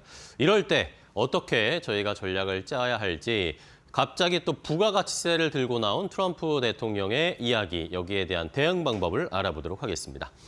자, 트럼프 대통령이 부가가치세도 지금 고려를 해야 한다. 이 무역에 있어서 이것이 굉장히 불공정한 세금이다라고 언급을 하면서 우리나라 포함해서 전 세계 부가가치세까지 이제는 감나라 배나라 하고 있는 수준입니다. 자, 트럼프 대통령의 SNS 계정에 글을 함께 좀 볼까요? SNS 트루소셜에 트럼프가 이렇게 긴 장문의 내용을 썼는데 결론은 그냥 한마디로 정리하면 부가가치세도 관세다. 각 나라에서 부과하는 부가가치세도 관세라고 이야기를 하는 겁니다. 관세보다 훨씬 더 가혹한 이 부가가치세, VAT 아시죠? 이 부가가치세 시스템을 사용하는 나라들을 대미관세 가진 나라들처럼 여길 것이다. 그러니까 말씀드린 것처럼 부가세 부과하는 나라는 관세 때릴 거다라고 트럼프 대통령이 이야기를 한 겁니다. 자, 그러면 부가가치세 여러분들 너무나 일상에서 많이 들으셨겠지만 뭔지 알아볼까요? 부가가치세란 다 아시겠지만 국내외 해외에서 들어오는 상품도 마찬가지입니다. 상품과 서비스의 각 거래 단계에서 발생하는 부가가치세의 부가가치에 세금을 부과하는 것인데 우리가 어느 가게나 물건을 구입할 때 부가가치세 10% 항상 포함돼 있잖아요. 최종 소비자가 부담을 하는 것이고 이것을 기업이 대신 징수를 해서 정부에 납부하게 되는 게 부가가치세입니다. 다른 나라 부가가치세도 어느 정도인지 한번 비교를 해봤어요. 일단은 유럽의 국가들이 전반적으로 부가가치세가 높습니다. 독일이 한 19%대가 되고 영국도 한 20% 정도 부가가치세를 부과하고요. OECD 평균으로 봤을 때도 19%대를 기록을 합니다. 아시아 국가들은 약간 낮은 편인데 중국 같은 경우에는 제조업과 관련해서만 부가가치세를 매기는데 평균 한 13%고요. 우리나라랑 일본은 10% 정도이고 미국에는 부가가치세가 없습니다. 대신에 판매세라고 하는 게 있어서 어떤 물품이나 서비스를 구매할 때 각 주별로 다른 판매세를 매기고 있습니다. 근데 그거를 한 평균을 내보니까 6.6% 정도가 되더라고요. 비교를 해봤을 때 유럽이나 다른 OECD 국가보다는 우리가 부가세가 낮고 미국보다는 약간 높은 상태입니다. 그러니까 우리나라의 부가세 미국보다 높으니까 우리는 조금 이곳을 신경 써야 하는 상황입니다. 자, 트럼프 대통령은 결국에는 이 기울어진 이 운동장이 싫다라고 계속 이야기를 하고 있는데 한번 예를 들어보겠습니다. 자, 만약에 유럽에서 미국에서 유럽으로 수출한 차를 유럽에서 소비자가 차를 구매를 했다. 그러면 일단은 미국 차에다가 10% 관세를 부과합니다. 여기에다가 미국 아까 말씀드렸듯이 EU가 평균 한 20% 정도의 부가세를 부과한다고 했잖아요. 그러니까 이 정도 관세에다가 부가세까지 부과를 하는 수준인데 반면에 유럽 차가 미국에 갔을 때 미국 소비자들이 유럽 차를 구매하면 관세를 2.5%밖에 안 냅니다. 그리고 아까 말씀드린 것처럼 미국은 판매세 주별로 다르지만 6.6% 정도밖에 안 된다는 겁니다. 이 기울어진 운동장 굉장히 차이가 많잖아요. 트럼프 대통령이 이게 싫다는 겁니다. 자, 그럼 우리나라로 와보겠습니다. 우리나라는 미국과 FTA를 체결한 국가이기 때문에 우리 차가 미국으로 가든 미국 차가 우리나라로 오든 관세는 없습니다. 관세는 없는데 미국에서 만약에 현대차를 미국에서 사면 판매세 평균적으로 6.6%를 내야 된다는 거죠. 반면에 미국 차가 우리나라 오면 10% 부가세를 부과하게 된다는 겁니다. 이것의 가격 차이가 경쟁력의 차이를 나타내는 것이고 미국 차가 한국에서 많이 안 팔리게 되는 이유다라고 트럼프 대통령은 생각을 하는 겁니다. 이 기울어진 운동장을 평평하게 만들겠다. 그게 트럼프의 전략인 겁니다. 자, 이래서 과연 그러면 이렇게 되면 우리나라가 어떤 과정, 어떤 선택지를 받을 수가 있을까요? 일단은 우리나라가 부가세가 더 높으니까 부가세를 낮춰라라고 트럼프 대통령이 요구할까요? 근데 이거는 쉽지가 않습니다. 왜냐하면 우리나라에서 부가세 전체 정부의 세수에서 한 24%나 부가세가 차지하기 때문에 이걸 낮추면 세수가 줄어들죠. 이러니까 어려운 상황이고 그렇다면 미국이 미국산 제품에만 부가세를 낮춰달라. 이런 식으로 요구할 수가 있겠죠. 아니면 미국에서 판매세를 인상한다? 그런데 이것은 미국의 인플레이션을 유발하기 때문에 아마 미국에서는 그렇게 하지 않을 가능성이 높습니다. 그리고 우리나라 FTA 재협상을 해서 관세를 부활시킨다? FTA를 전면 재검토해야 되기 때문에 쉽지가 않습니다. 그리고 이러면서 미국산 보조금, 미국산 제품에는 우리나라에서 판매를 할 때 보조금을 정부에서 지원해줘라. 이런 카드를 던질 수가 있다는 것을 생각을 해보셔야 되겠습니다. 자, 그런데 부가세라는 것이 우리나라에게 있어서는 아까 유럽이나 OECD 국가들은 한 20%대잖아요. 우리나라는 부가세가 그렇게 높지 않기 때문에 트럼프가 꺼낸 이 부가세 카드가 우리에게는 그렇게 나쁜 것은 아니다라는 것도 한번 생각해 볼 수 있는 포인트입니다.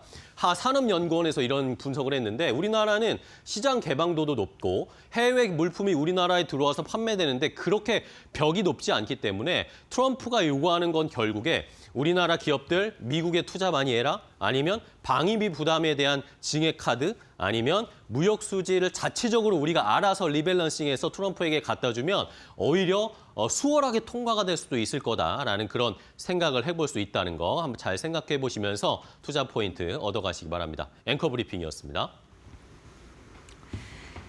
네, 시장은 연속 올랐다라는 데에 대한 피로감 그리고 특별한 이벤트가 이제 부재해서 네네. 쉬어가는데 어쨌든 업종별, 종목별 차별화 현상 지속되니까 이 부분 참고하세요. 네, 저희는 내일 오전에 더 좋은 정보 가지고 찾아뵙겠습니다. 시청해 주신 여러분 고맙습니다. 고맙습니다.